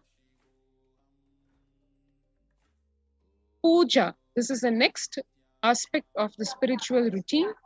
In puja, you experience the space of bhakti, devotion, the space of surrender that occurs to you from this devotion moves you from the I, which is so heavy, to God or Guru. This surrender allows us to drop all the necessary baggage or karma from the head. We sit down and connect with God by performing Rudrabhishekam. O Sadashiva, O God, I know you are source of everything. You are everything, and you are in this Shivalinga, and you are in this body. Let me connect with me. Let you reveal yourself to me. And now, we can register ourselves at the COVID Care Protection Center facility through the link https://kailasa.org, KAILASA.org/Kailasa Care.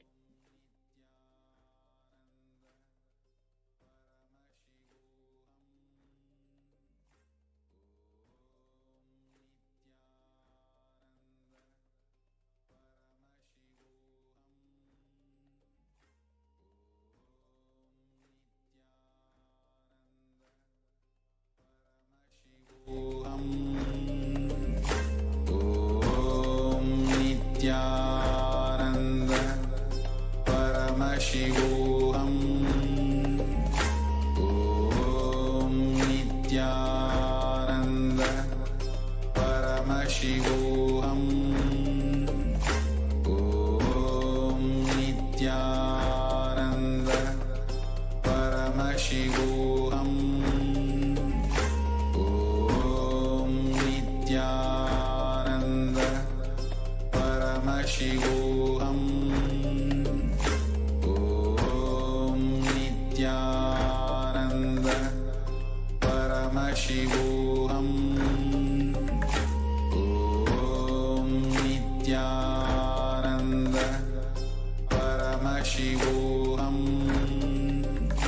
Om Nithyananda Paramashivoham.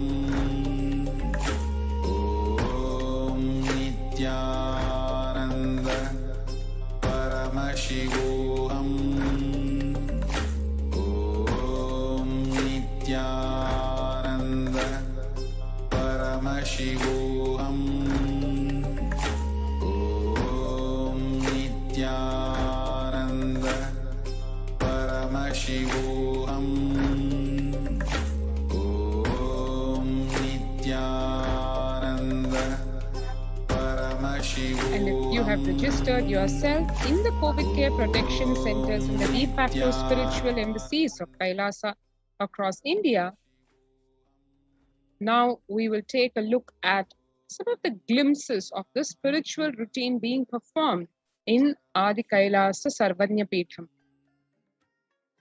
One can see here the members who have enrolled themselves for the COVID care protection initiative are doing the morning yoga, puja, and these actually take up the first 5 hours of anyone's day and is one of the most fundamental and vital practice for any seeker, anyone on the path to achieve enlightenment, to achieve the ultimate superconscious space of Paramashivoham. More glimpses of the people performing the puja. And here one can see more glimpses from the members enrolled in the Kailasa's COVID Care Protection Initiative. The puja materials collected, the people settled down in the wee hours of the morning and doing their Nitya Puja, Guru Puja and Shiva Puja. One can see here the yoga classes being conducted, and these are the glimpses from the multi-layered quarantine facility in Adi Kailasa Sarvanya Peetham. More pictures of the participants doing yoga as well as puja.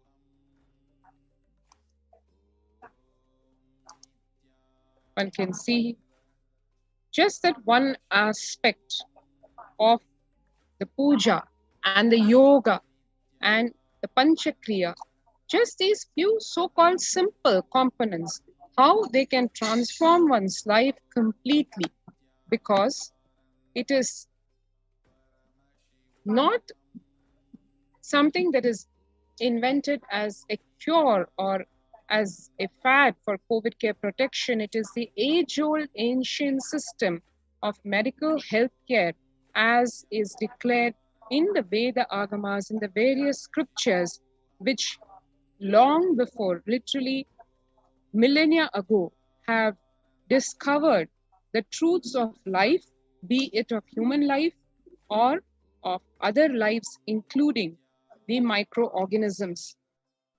A holistic approach to health and life, that is what the COVID care protection centers in Adi Kailasa Sarvanya Peetham and in various de facto spiritual embassies across India have to offer.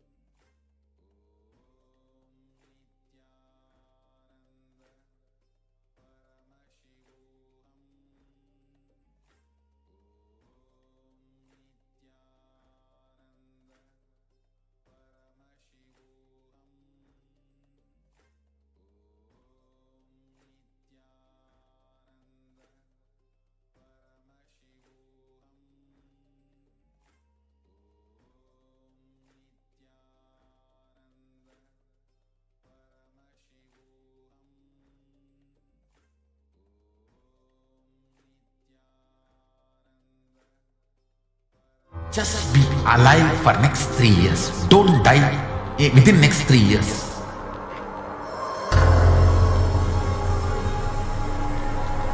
Just don't die within next 3 years. Be alive. Somehow be alive. I'm working sincerely. I will reach you somehow. Somehow I will reach you. It's my commitment to humanity.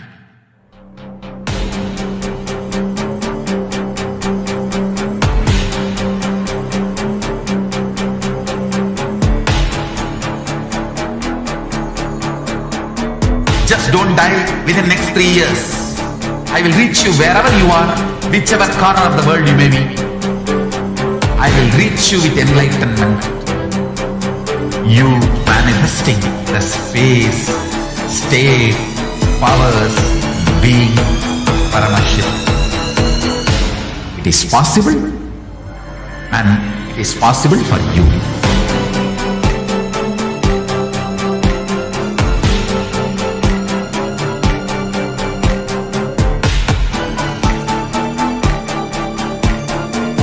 Paramashiva will reach you with enlightenment science.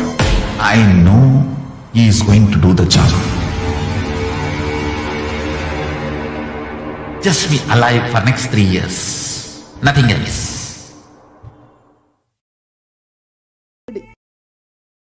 Kailasa. Listen intensely. Enlightenment ecosystem, literally enlightenment itself, in your own home, wherever you are. If you cannot come to Kailasa, it's okay. Kailasa can come to you. Kailasa coming to you is Kailasa.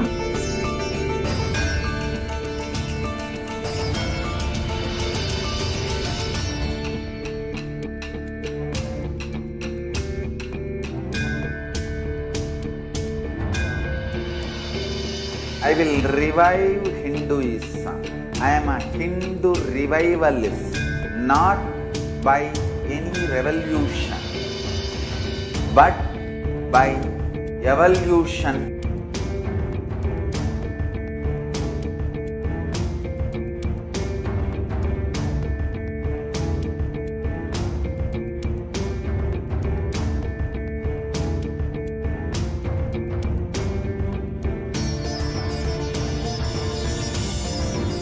And setting model community.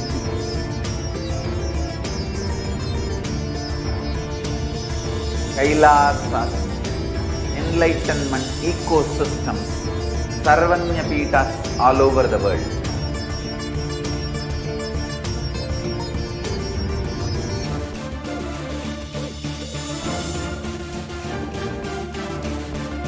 All powerful cognition, knowledge, only when you live, power manifestation and possibilities manifestation happens.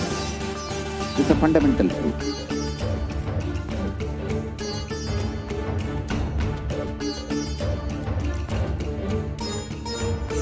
Hinduism cannot live exclusively as one sampradaya. No. All sampradayas of Hinduism is an ecosystem.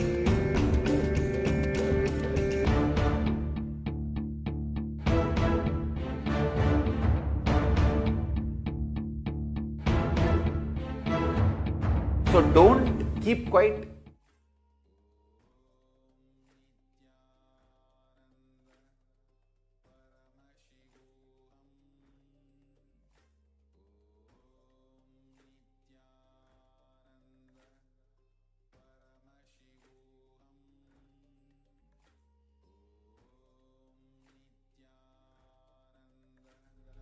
Paramashivoham. Om Nithyananda. And while we are waiting eagerly for the satsang by the Supreme Pontiff of Hinduism, Nithyananda Paramashivam, let us look at what the whole crux of education in the Hindu system of education, what is the core, what it comprises of. Education is known to be the key factor to enabling upwards socio-economic mobility and the strongest means of removing poverty. The right education is crucial to the well-being, stability, and growth of not only every child, but to humanity as a whole. The Gurukul system is known to be the knowledge transmission system of Hinduism, one of the pillars which kept Sanatana Hindu Dharma alive and standing as the world's most ancient living civilization. Through Kailasa's Department of Education, the Supreme Pontiff of Hinduism, Jagat Guru Mahasannidhanam, His Divine Holiness Bhagwan Nithyananda Paramashivam, the Gurukul system is being revived in its entirety.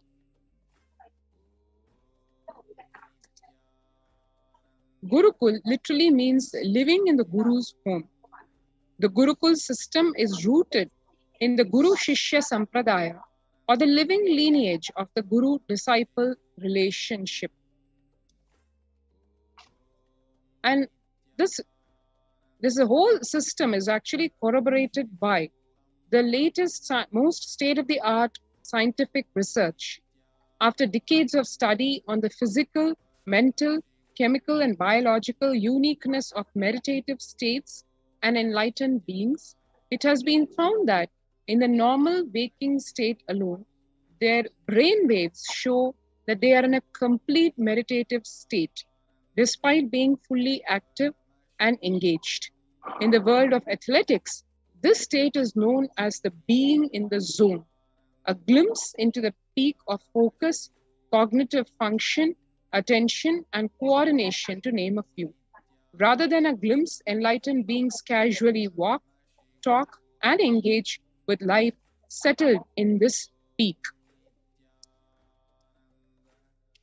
Recent studies have also found that we imbibe the body language, behaviors, and patterns of those in our environment, not just on the behavioral level, but to the depths of the neurological layer. This is also known as the mirror neuron effect. In this way, there is no better teacher than the enlightened Guru, who, as per modern science, exists as the superconscious, biological, reproducible anomaly.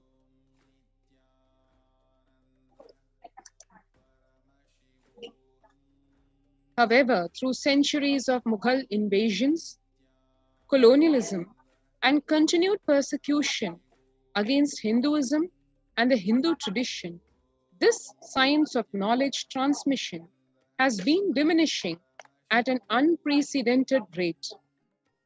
After careful study in the colonialism era, it was found that the Gurukul system was standing as the backbone and stability of the Hindu civilization. The Macaulay education system was imposed on India after this revelation.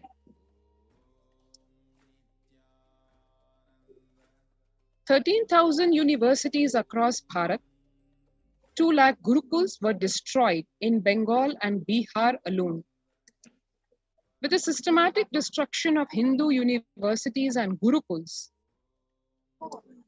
goes also more than 80% of Hinduism's indigenous knowledge.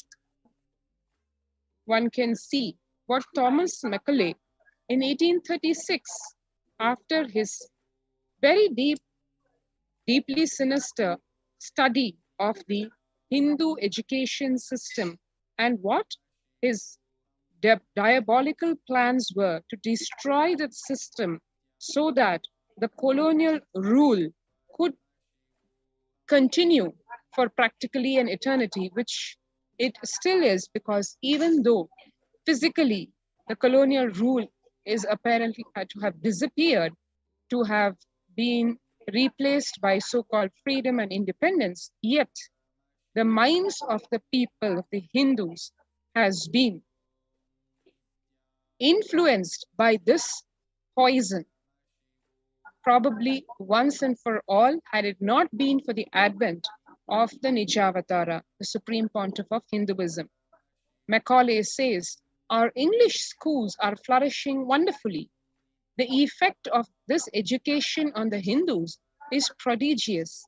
No Hindu who has received an English education ever continues to be sincerely attached to his religion. The Hindu religion is so extravagantly absurd that it is impossible to teach a boy astronomy, geography, natural history without completely destroying the hold which that religion has on his mind. It is my firm belief that if our plans of education are followed up, there will not be a single idolater among the respectable classes in Bengal 30 years hence. And this will be effected without any efforts to proselytize, without the smallest interference with religious liberty, merely by the natural operation of knowledge and reflection. I heartily rejoice in this prospect. One can see here the diabolical plans of Thomas Macaulay,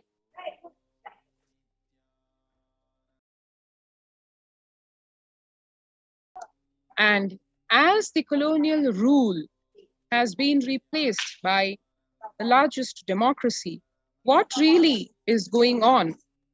Is Hinduism really in a state of revival? What is the Nijavatara, the Supreme Pontiff of Hinduism, doing for the same? We all have seen over the last 2 decades what he has done to humanity, and in return, what humanity has done back to him. The persecution in return for magnanimous, huge contributions to Kailasa is what the Supreme Pontiff of Hinduism has showered on the planet. And what further revelations the Supreme Pontiff of Hinduism is going to be giving us tonight, let us wait and watch as we await the divine presence of the Supreme Pontiff of Hinduism, Jagat Guru Mahasannidhanam, His Divine Holiness Bhagwan Nithyananda Paramashivam.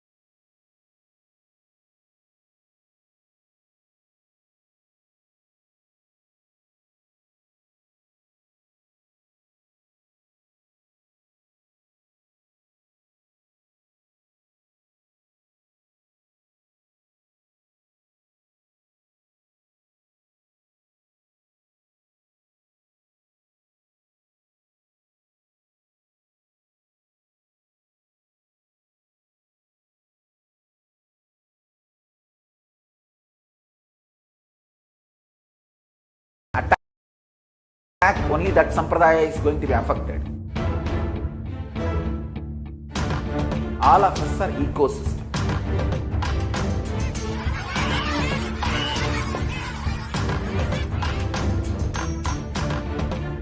I invite all of you to get involved and enjoy Hinduism by the principle of Dharmo Rakshati Rakshitaha. When you protect Dharma, Dharma protects you. We will make the whole planet flourish spiritually. The spiritual prosperity will happen to the whole planet. We all have to coexist together.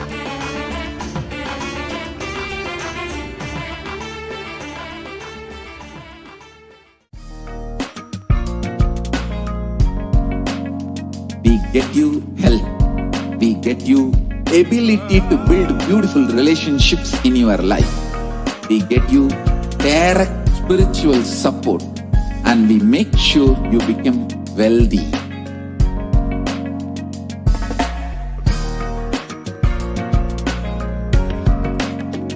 We won't stop giving you just good life. We will literally not stop till you live enlightened life. Manifesting the state of Paramashiva, space of Paramashiva, powers of Paramashiva, being of Paramashiva.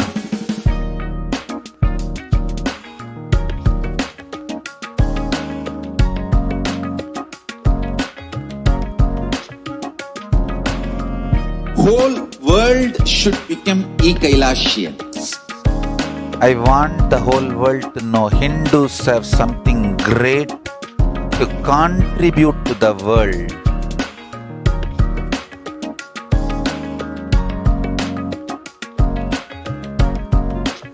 We have something great to contribute to the world. Let us do that.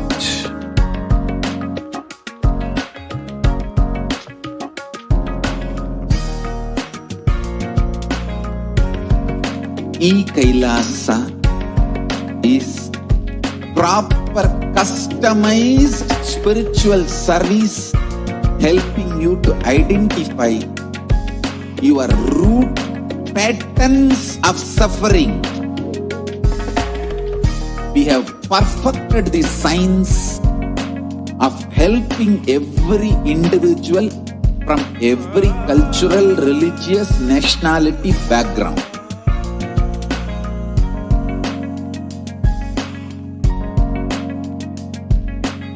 You will have lowest reactionary assumptions, highest awakened response, alive response for life continuously.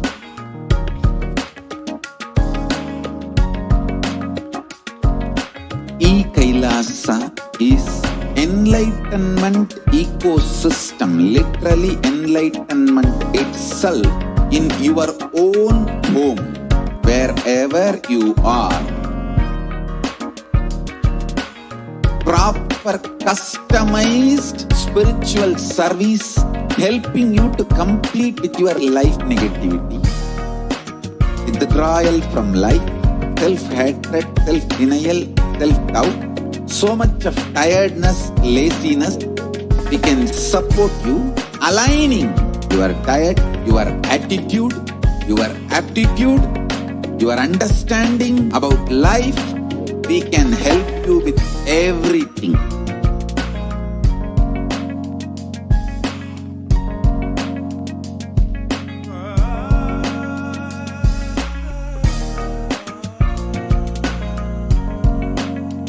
If you are interested in enlightenment, we will immediately bring this to you. If you are not interested, we will explain the whole science, inspire you and make you interested in enlightenment science. We need to cater this enlightenment science to the whole world wherever they are, because enlightenment is the birthright of all human beings. Kailasa is responsible to provide that to all human beings.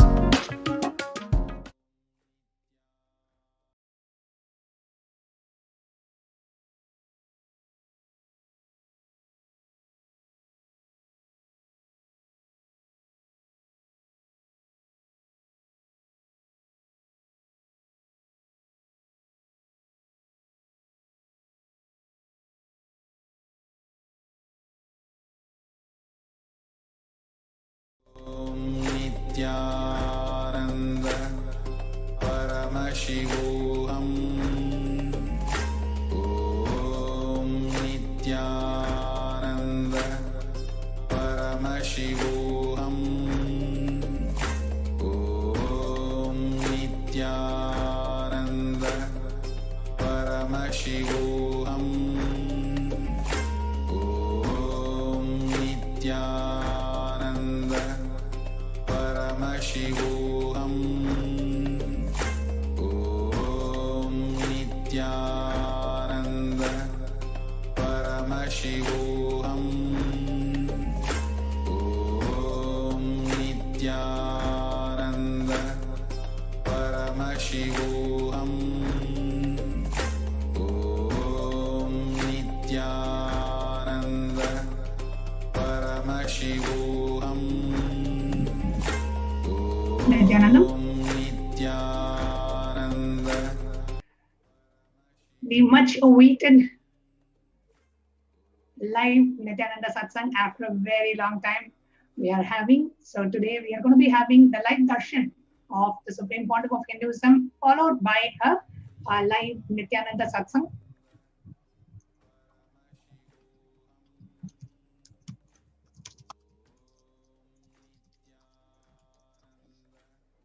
For all our viewers who are joining us for the live satsang today after a long time we are having. So if you're watching us on YouTube Live or Facebook Live, this is the time to go ahead and share. The live satsang will be at 8:30. The updated timing for the live satsang is 8:30 p.m. So we're just about 30 minutes away from the live satsang. So please do share with all your friends, family, Sangha members, near and dear ones, the live feed, and share this exciting news so they can all come and join. And this is actually the first live Nithyananda Satsang we are having after the breaking news and positive news.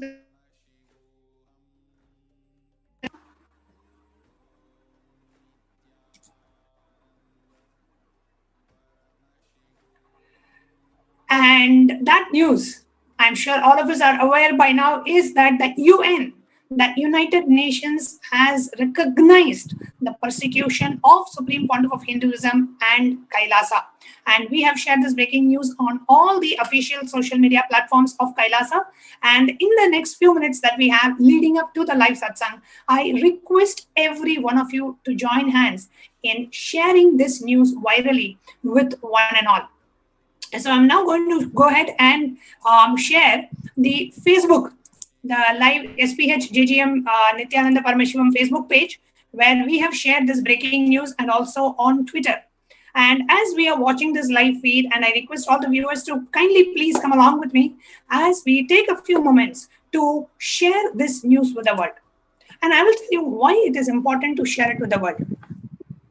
Recently, I was talking to one of the youth devotees from the US, and this person was saying that in their high school for about 2 years, they are taught in the US schools, everyone is taught the Jewish Holocaust. And I have joining me on this show is Ma Nitya Sadashiva Priyananda is also joining us, and she studied in the US, so maybe she can give a little bit more insights into what really they study in the US. As children grow up, every child is taught in the school about the Jewish Holocaust. So Ma Sadashiva Priya, I know you studied in the US. Did you learn about the Jewish Holocaust? Yes, so yes, thank you so much. And I'd like to share with all of the viewers exactly how in the United States, in Western culture, how from a very young age, even from even the age of 13, 14 years old, we start studying, we start reading about the Jewish culture, even in school, even if we're not practicing that religion. Sadashiva Priyama, so sorry to interrupt you. Your voice is very low. It's kind of hard to hear you. Is there any way you can fix your microphone and be right back with us? Yeah, sure, of course. Yes. So while Ma Sadashiva Priya is joining, and those of you who are watching this, and how many of you, as compared to one is the Jewish Holocaust of what happened to 6 million Jews, just around the time of the Second World War, and on the same way, what is happened to Hindus, where 500 million Hindus. 500 million Hindus were, killed and murdered and persecuted over the last 5,000 plus years of Hindu Holocaust. And many, I was born Hindu. I never knew about the Hindu Holocaust until, I came in direct face-to-face experience of what the anti-Hindu elements are doing to the Supreme Pontiff of Hinduism. And that was my first direct experience of the anti-Hindu elements and their criminal conspiracies, and the neo-Hindutva elements and their conspiracies to eliminate the spiritual component of Hinduism. The anti-Hindu elements want to eliminate Hinduism itself, while the neo-Hindutva gang wants to eliminate the spiritual component of Hinduism and politicize religion. So, yes. We have Ma Sadashiva Priya joining us. Yes, Ma Nithyananda, are you able to hear me now? Yeah, I'm able to hear you. I hope my audio is okay. Yes, it's much better, Ma. Yes, okay. Please go ahead. So you studied in the America, and did you learn about the Jewish Holocaust in your school as a part of the syllabus? Yes, Ma. So exactly as we are growing up, we learned in detail about how the Jewish people, how 6 million people had underwent systematic persecution in extreme and in excruciating detail. We learned about the gas chambers, how they were literally taken in trains to the concentration camps for the each and every Jew from all over Europe, how they were how the war had been strategically planned, and this entire Holocaust happened where so many Jews were entirely eliminated, and what was happening was a genocide against a religion. And from a young age, and I would say from school, what was happening, and even at that time, I was wondering in myself, how come I didn't learn about Hindu Holocaust, what happened to Hindus, in the same way that today I'm learning from a textbook, from official textbook, from so many different novels of victims of the the Jewish Holocaust, and so many different. Actually study in school. How many years? Actually, I would say the curriculum for 1 year entirely, at least half of that year, 6 months, we were studying the Jewish Holocaust in depth. And not only that, not only that, I can say that much of the novel, the culture of reading the books, how the Jewish Holocaust has been written by the survivors of the Jewish Holocaust. It's a very powerful way of speaking their story to the world, telling the heartfelt trauma and suffering that they've been through, and for a good cause, to prevent more and more suffering from happening further, and ultimately to solidify the Jewish identity that they have as a whole culture, and as a part of their healing as a whole culture. How the victims are coming out right now you're a born Hindu, born and brought up in the US. When was the first time you came to know about Hindu Holocaust? Actually, I can say, honest to goodness, the first time that we understood about the Hindu Holocaust was after Swamiji himself had started speaking about it, how in satsangs he was talking about the sannyasis who were abused and killed. And only after this, I even realized, there was something that happened that sparked me to go and read about it and see in more sources. But if you what age would that be? If you have to tell, what age of yours? I think that was around 16 or 17 years old. 16 or 17 years when you first came to know about Swamiji. And what age were you introduced to Jewish Holocaust in school? At least around 11 or 12 years old.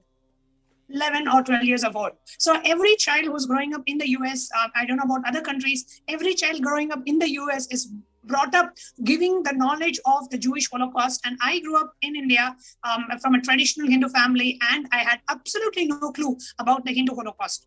Jewish Holocaust, 6 million Jews were killed. Hindu Holocaust, 500 million Hindus were killed. It's not that we are doing a comparison of lives here, but we need to understand that the Hindu Holocaust is at least 9 times of what happened to the Jews. And even Hindus are made completely unaware.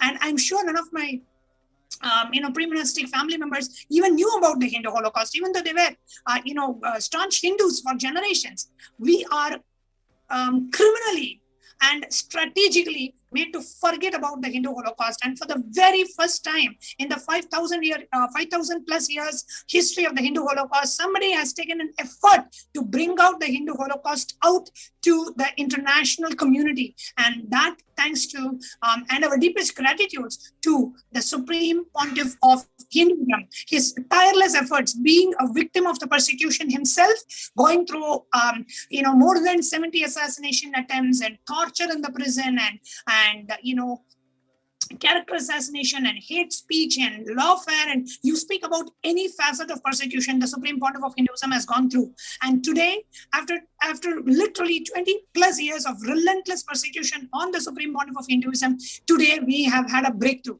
This is a breakthrough not just for Kailasa. This is a breakthrough for every Hindu out there, and this is a breakthrough for every human being out there, because what Kailasa is doing the revival of the true authentic knowledge of enlightenment, the science of enlightenment being revived by the Supreme Pontiff of Hinduism. So it is the responsibility of each and every one of us watching this, hearing this, living Hinduism and being benefited by Hinduism. It is our responsibility to share this with the world. So all we can do is just take few minutes of our time. I'm sure we are all eagerly waiting for the Nithyananda Satsang to start. And as we are waiting, let us do our responsibility. And that responsibility is to share this news virally with the world. And eventually, we should be having, every Hindu child should be taught what has happened to us. So we take responsibility to protect this knowledge tradition, to protect this tradition which is almost becoming extinct. And so now I'm going to go ahead and... Yes, ma, please go ahead. Yes, I'd like to add that across the world, in so many different time frames, from different cultures, different cultures apart from Hindus have undergone either slavery, genocide,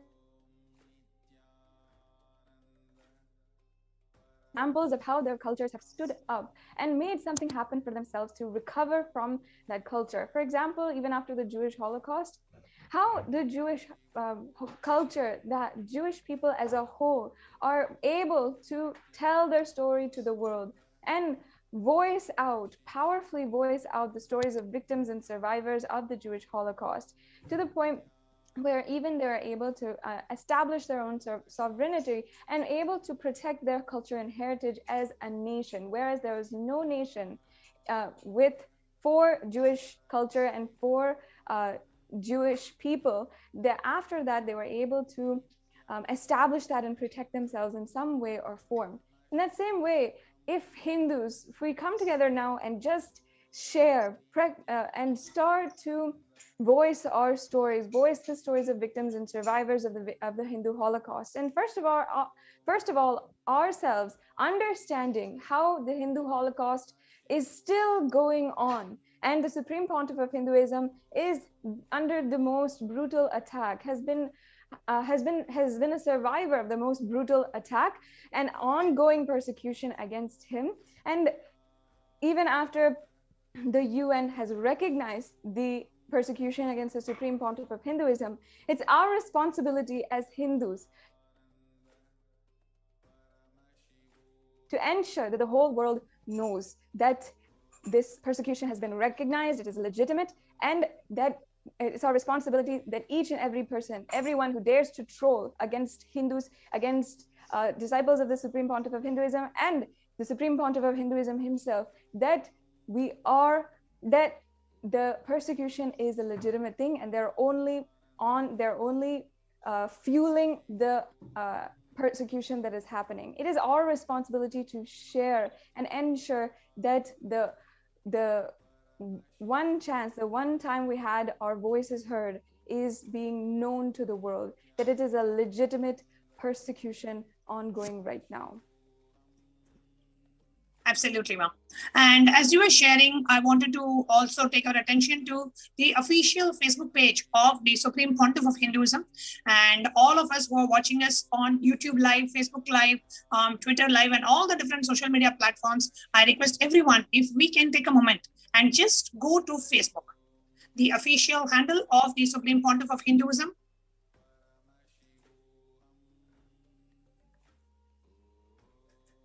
which is facebook.com/Paramahamsa Nithyananda. And you can search for SPH JGM Nithyananda Paramashivam on Facebook, and you will come up with this page.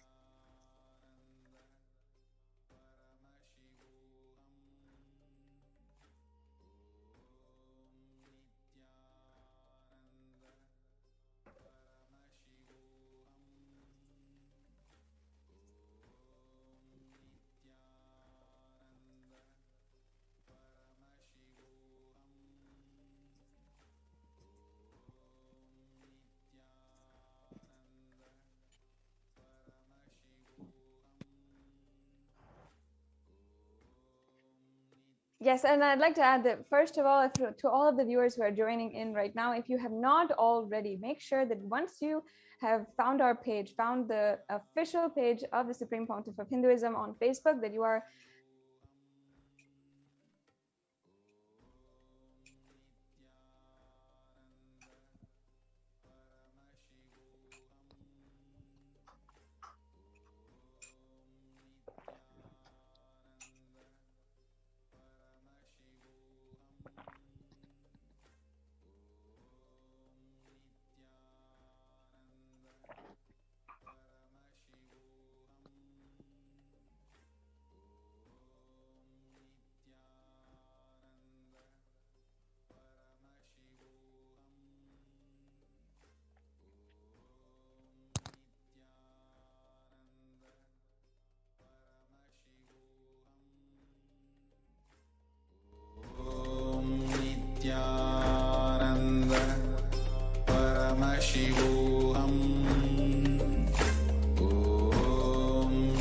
Nithyananda Paramashivoham. Om Nithyananda Paramashivoham. Om Nithyananda Paramashivoham. Om Nithyananda Paramashivoham. Om Nithyananda Paramashivoham. Om Nithyananda Paramashivoham. Om Nithyananda Paramashivoham. Om Nithyananda Paramashivoham. Om Nithyananda Paramashivoham. Om Nithyananda Paramashivoham.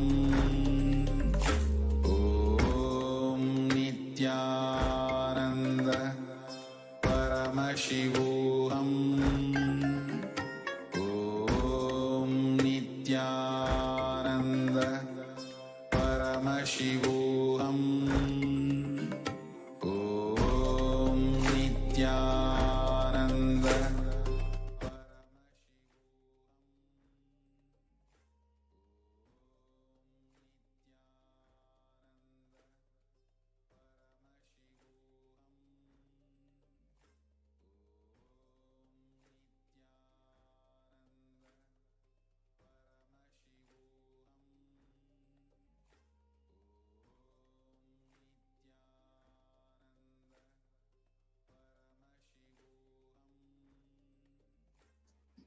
Welcome back, dear viewers.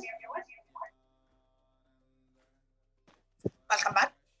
So here you are seeing the official Facebook handle of the Supreme Pontiff of Hinduism. I request everyone to please, I'm going to do a walkthrough and each of us can please come along and share this news.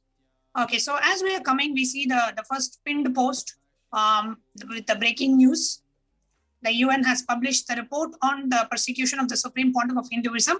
So what we are going to do is go under this post, like the post, comment under this post and share the post. Okay, like, comment, share.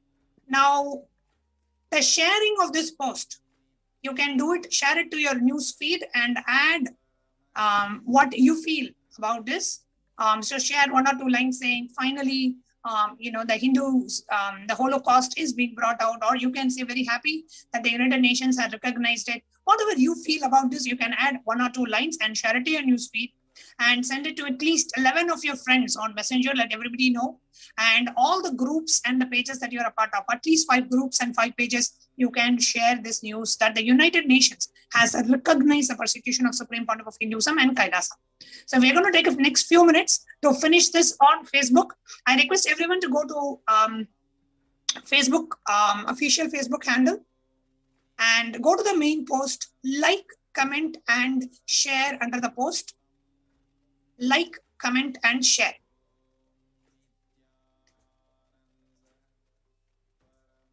I'm going to read out some of the latest posts that are comments that are coming in through. So like, comment, and share under this post.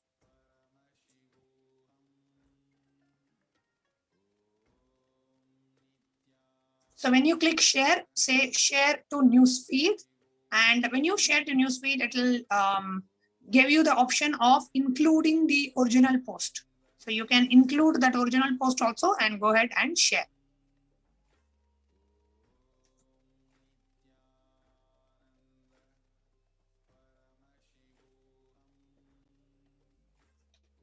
And you can write your own a line or 2, a comment about this, and then go ahead and post it. Share it in the messenger with at least 11 of your friends. Sharing it in the messenger is very easy. You just have to click send, send, send, send, send, and it sends. So you just have to click this. So, and it sends. and then share it on a page. So whatever page that you own. So let's say I have different pages that I'm part of. So I can go ahead and share in the, let's say, Nithyananda Sannyas order page. I can go ahead and share. The United Nations has recognized the persecution of SPH and Kailasa. So you can go ahead and do this and share in a group. Whatever group that you're a part of, you can share it in the group. So let's go ahead and take the next few minutes to go ahead and do the sharing on Facebook. At least share with 11 of your friends, 5 groups, 5 pages, and make one news feed. Like, comment, and share the post.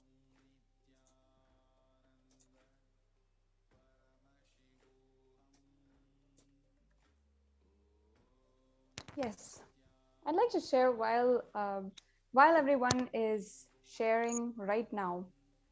I'd like to share one sentiment that I have felt very deeply since the time last year in June, when we saw a complete social upheaval crisis happening surrounding the extremely brutal death of one African-American man in the United States. His name was George Floyd, and we saw after the acts of police brutality against him, how so many millions of people took to the streets, how people on social media for at least 2 months afterward were continuously speaking about the persecution and the ongoing persecution happening against African Americans, the racist inherent laws and prejudices and the activities, the culture, the racist culture of the entire United States, as well as the popular culture that was being seriously addressed. And how across the world, not just in the United States, first of all, in the United States itself, how people peacefully protested across in so many different cities. And there was, even during lockdown, even during the time when there was so much of scare due to the COVID pandemic, people still wanted to stand up and they wanted to take responsibility. They wanted to be the cause for change. And not only in the United States, but in cities across the world, in cities like Paris, in Colombia, in so many different cities across the world, we saw people taking responsibility for change. And I'd like to contrast this, on the other hand, to the extremely brutal death, the mob lynching of 2 sadhus in India, in Palghar, of 2 mahants and 2 mahants, responsible members of the Sangha, sannyasis, who were brutally handed over to the mob to be entirely murdered. And I just like to ask one thing to all the viewers: did we as Hindus do justice to value the lives of our sannyasis, of the most valued members of our Hindu community? Did we do justice when persecution was ongoing? Not even a week after the Palghar murders that happened, the sadhus that had been murdered, the media was entirely silent. The social media was entirely silent. And the only one who was talking about the murder and the Hindu Holocaust was the Supreme Pontiff of Hinduism.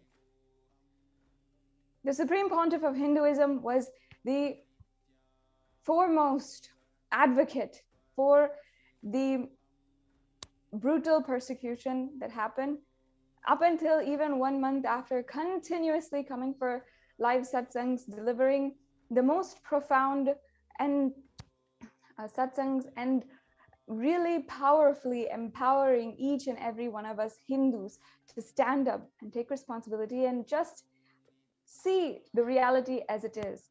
Our Hindu culture is at risk, and it is really, really time now that we stand up. The Supreme Pontiff of Hinduism has courageously brought his story to the whole world with the UN recognizing the persecution against the Supreme Pontiff of Hinduism and his disciples, the ASMT community.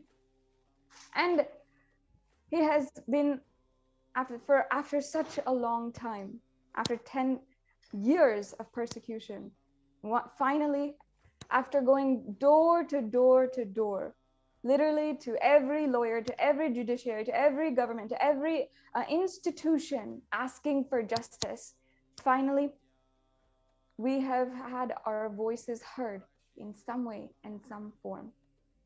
It brings actually so much across the world. All of Kailasians, for all the viewers who are just now joining across the world, all the Kailasians are so immensely filled with gratitude that right now, finally, our voices are heard.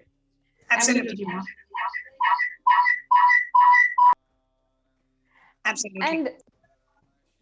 And as you are sharing, right, I invite all the viewers. See, it is important that, as what Masada Shubhriya was sharing, it is important that we as Hindus understand and take collective responsibility for what is happening to Hinduism and raise our voices. And we can raise our voices, we can bring it to the attention just by, we're not saying let's go to the street and protest. No, we are going to bring this to the attention of the government and the influencers and the media who needs to share this with the world. And we need to share this information with the world, that whatever that has happened to the Supreme Pontiff of Hinduism is the worst persecution of the worst possible, in the worst possible way, a totally brutal, atrocious persecution that has happened and is still happening to the Supreme Pontiff of Hinduism. And the United Nations has gone through all the persecution details, and they have recognized this persecution, recognized Kailasa as a nation.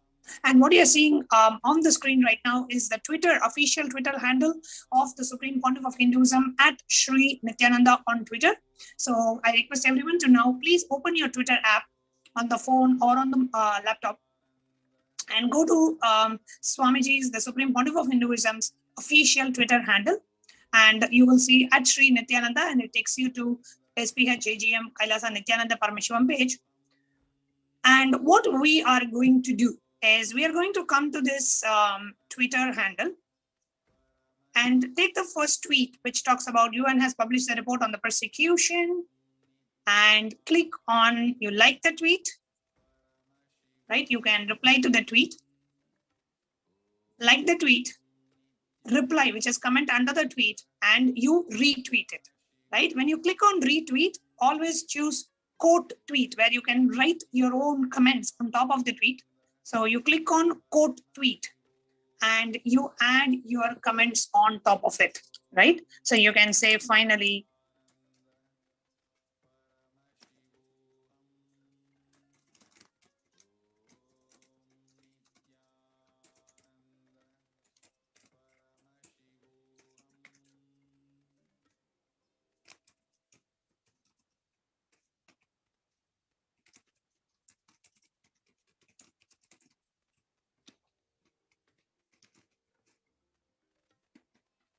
and always include the hashtag.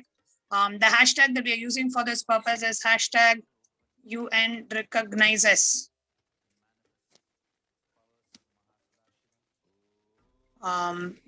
Persecution of SPH Nithyananda and Kailasa. So use this hashtag UN recognizes persecution of SPH Nithyananda and Kailasa. Use this hashtag always. Just going to double check. And also, yes. And also you can tweet at the recognized Hindu leaders and also the celebrities and tweet at them, so that also we can share this news to all of the Hindu leaders, to all of the government leaders, to all of the UN leaders, and share this news that Kailasa has been recognized and the persecution against the Supreme Pontiff of Hinduism has been recognized. Let's share this and tweet at them. So we can go to their any page. Yes. Yes. And we can go to any of the famous celebrities, anyone whom you think will have an interest to hear about the story of, yes, Ma, I think your screen is being projected.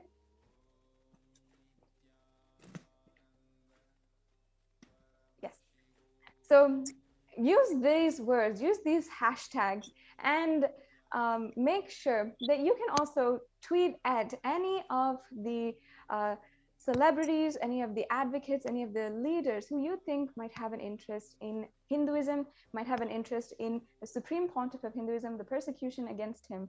And Nithyananda Paramashivoham. Om Nithyananda Paramashivoham. Om Nithyananda Paramashivoham.